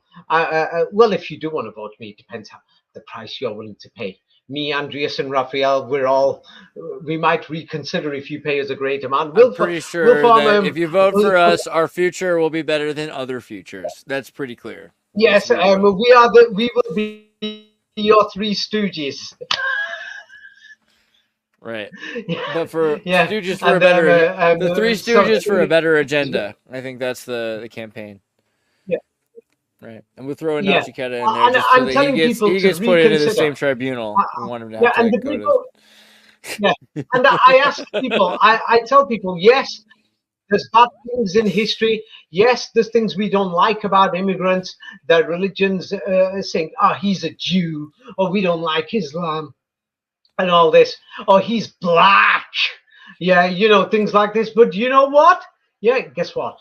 Let's make the world beautiful. You don't know the consequences of what could happen. I mean, the 1905 revolution destroyed Eastern Europe for a long time. Right. The collapse of Moscow destroyed Europe. The collapse of the Ottoman Empire destroyed the Middle East. The 1936 Olympics are interesting to me because Germany hosts them, and they have Jesse Owens, who's a black man, and a lot of black celebrities from America, Olympians from America, and they're so impressive, and they get so many awards that German kids are rubbing mud on their skin, saying, "I wish I was Jesse Owens," right? And that's 1936. Right, so obviously there's a solution here through interaction. This just seems pretty clear. Yeah, but there's many people who wish that they're not black. Okay, yeah, the thing is, you know what? Because they've never seen Jesse Owens. That's the main reason, I think. And if you're worried about the high birth rate, the foreigners' birth rate in Europe goes down after they've been here for 20 years. For most of the group, it actually goes down. It only goes up in the first generation, then it goes down. So then 136. Don't worry. And yeah, anybody who's saying the number of whites is going down, they're lying. They're lying. They're lying. They've gone to other places around the world. They're lying. They're lying. Okay. So the thing is, let's build a better world. That's my message. Yeah. Enjoy life. Have fun. Forget these conspiracies. If there is any real conspiracies that are bad and things, you know what to do. That is when make a stand. Make a stand if there's killings or murders of children or some rape by anybody in your area, and let the police do their job. What do you think the police are there for? What do you think the police are going to do? They're going to deal with these criminals anyway. If you're a criminal, they'll deal with you too. Yes, but don't destroy our homelands where we're in right now, because they're beautiful. Yes, and if you're worried about the migrants, oh, by the way, many Indians, Pakistans, and Moroccans, Algerians have already gone back home. Many people don't know. They made their money here in 20, 30 years. Many Turks have gone home. And the thing is, the way the world economy is going, after 50 years, Europe doesn't need to worry, or America. Many of the non-whites are probably going to go, because the other side of the world is getting modern. And nobody's even thinking of how many whites are living in even places like Turkey, Morocco, Algeria, Tunisia. They've brought their summer houses. They don't want to come back. And the millions who've just gone to live in the Caribbean, in black countries, they don't want to come back. The thing is, let's not spoil this world, with hatred and stupid protests, making violence, whether it is right wing or Islamism or evangelism or Quranism. Come on. The thing is, if somebody's going to say God is going to intervene, come on. You're not God. It's you. It's God who's not doing the bad things. It's us. And it's up to us. We could do the better things. It's up to us. Okay, let's leave it at that. Okay, Raphael, Andreas? Super bass. Nachiketa, thank you for joining us. Everybody go to David Ewing Jr. up on his page here. David Ewing Jr. You can also check out all of the books he's written. Skull and Bones, ancient Greece did not exist. There's just hundreds and hundreds of amazing pieces of content now available both in book form Yes, and and this is on the only video. time I've spoken in. Yeah, this is First the time you've been only live. time I've spoken in defense of the positive side of the New World Order. This is the first time and probably the only time. Or I normally don't do this. Yes, normally I show the negative things, which I rightly do so, because if there's something wrong, we speak against it. But there are many things that are right, and we don't want to destroy these right things. It's right and it's true that we're lazy. Even I don't want to do the farming. Sorry, I'm very sorry. It's fun sometimes, but like for a lifetime, I don't want to work in these factories. I'm sorry. Yeah. So the thing is, at least I'm being honest. So the thing is, we've set up a rules-based system, and yes, I know that I'm abusing it, that I'm taking advantage of the clothes that are coming from India, Pakistan, Bangladesh, The real obvious truth is that I can't live forever. Kissingerian economics, where you outsource factory towns, can only exist for a few generations What you see in public is a lie. What we're told in public about what happened with Kissinger, just read my book. I just mean that you can't always outsource building lead toys to other countries. At a certain point, that might stop being possible if everyone does it. At a certain point, people might learn the lesson. It's not toys we're talking about. We're talking about soaps, detergents. The difference between men and boys and the price of their toys. In the machine, in People think that China and India, Vietnam, Indonesia, Pakistan, Bangladesh are manufacturing toys. Just look at your power stations, the components, the pipes, every single detail. We can call it widgets, but widgets, I mean, I feel like Mennonites could live without it. So anything at all that you don't need is a toy. Yeah, even your sewage system, everything, and the mining materials and many of the things. The thing is, we have no idea that we're living off 75% maybe, or 85% of produce or things that are connected to the third world. And if we get rid of them, then we're doomed. We're doomed. Basically, you know what I mean? And if you want to play Doom, and if you're going to speak up with your videos, YouTube videos, and say, I've got my right-wingism or my Islamism or my evangelism or Quranism. The most horrible solution is isolation. You know what? I challenge you to start doing farming yourself and post videos online every day where you're picking potatoes, digging the seeds, doing with your bare hands in an organic way without the machinery that depends on parts and minerals from the third world. And because you don't want these people here, or you've got your right-wing agenda or left-wing agenda, or it's Mennonite or it's Amish or bust. Basically, at that point, I challenge you. Done. Even the Mennonites are using the electric machines. Everyone knows this. They're using the roads and the pathways with the cement and everything. A lot of the things that they're actually using are modern amenities. Tell them to go back to the original. Keep the original. Tell them to go back to Europe. Go back to Europe. You want to be original. If some right-wing people want to say original culture, yes, bring them back. They're there. Bring them back, mister. Okay, that's the end of the politics. I'm normally not a politician, but I normally don't express my opinions and views. I did it today. I've said there's good things, and I've said there's lots of bad things. I spoke against the Israeli army for the abuses, the American army for the abuses. And today I'm speaking for the positive side of what the New World Order's done. There are many positive things they've done. David, you're acting is a little too convincing. Yes. You're acting is a little too convincing. Well, I hope you vote for me and donate to my party. Go back home. Yes, please donate and then please contribute and support my political party.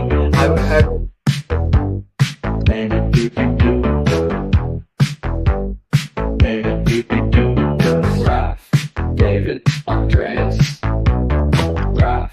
David Andreas. David Andreas. David Andreas. Europa.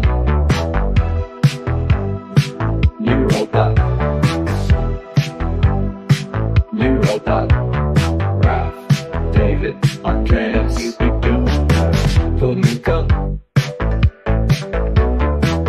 Flamenco. Flamenco, flamenco. Raf, David, Andreas.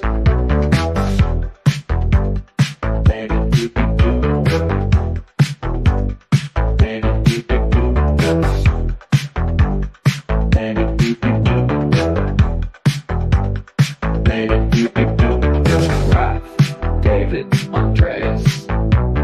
Raf, David, Andreas. Raf, David, Andreas. Raf, David, Andreas.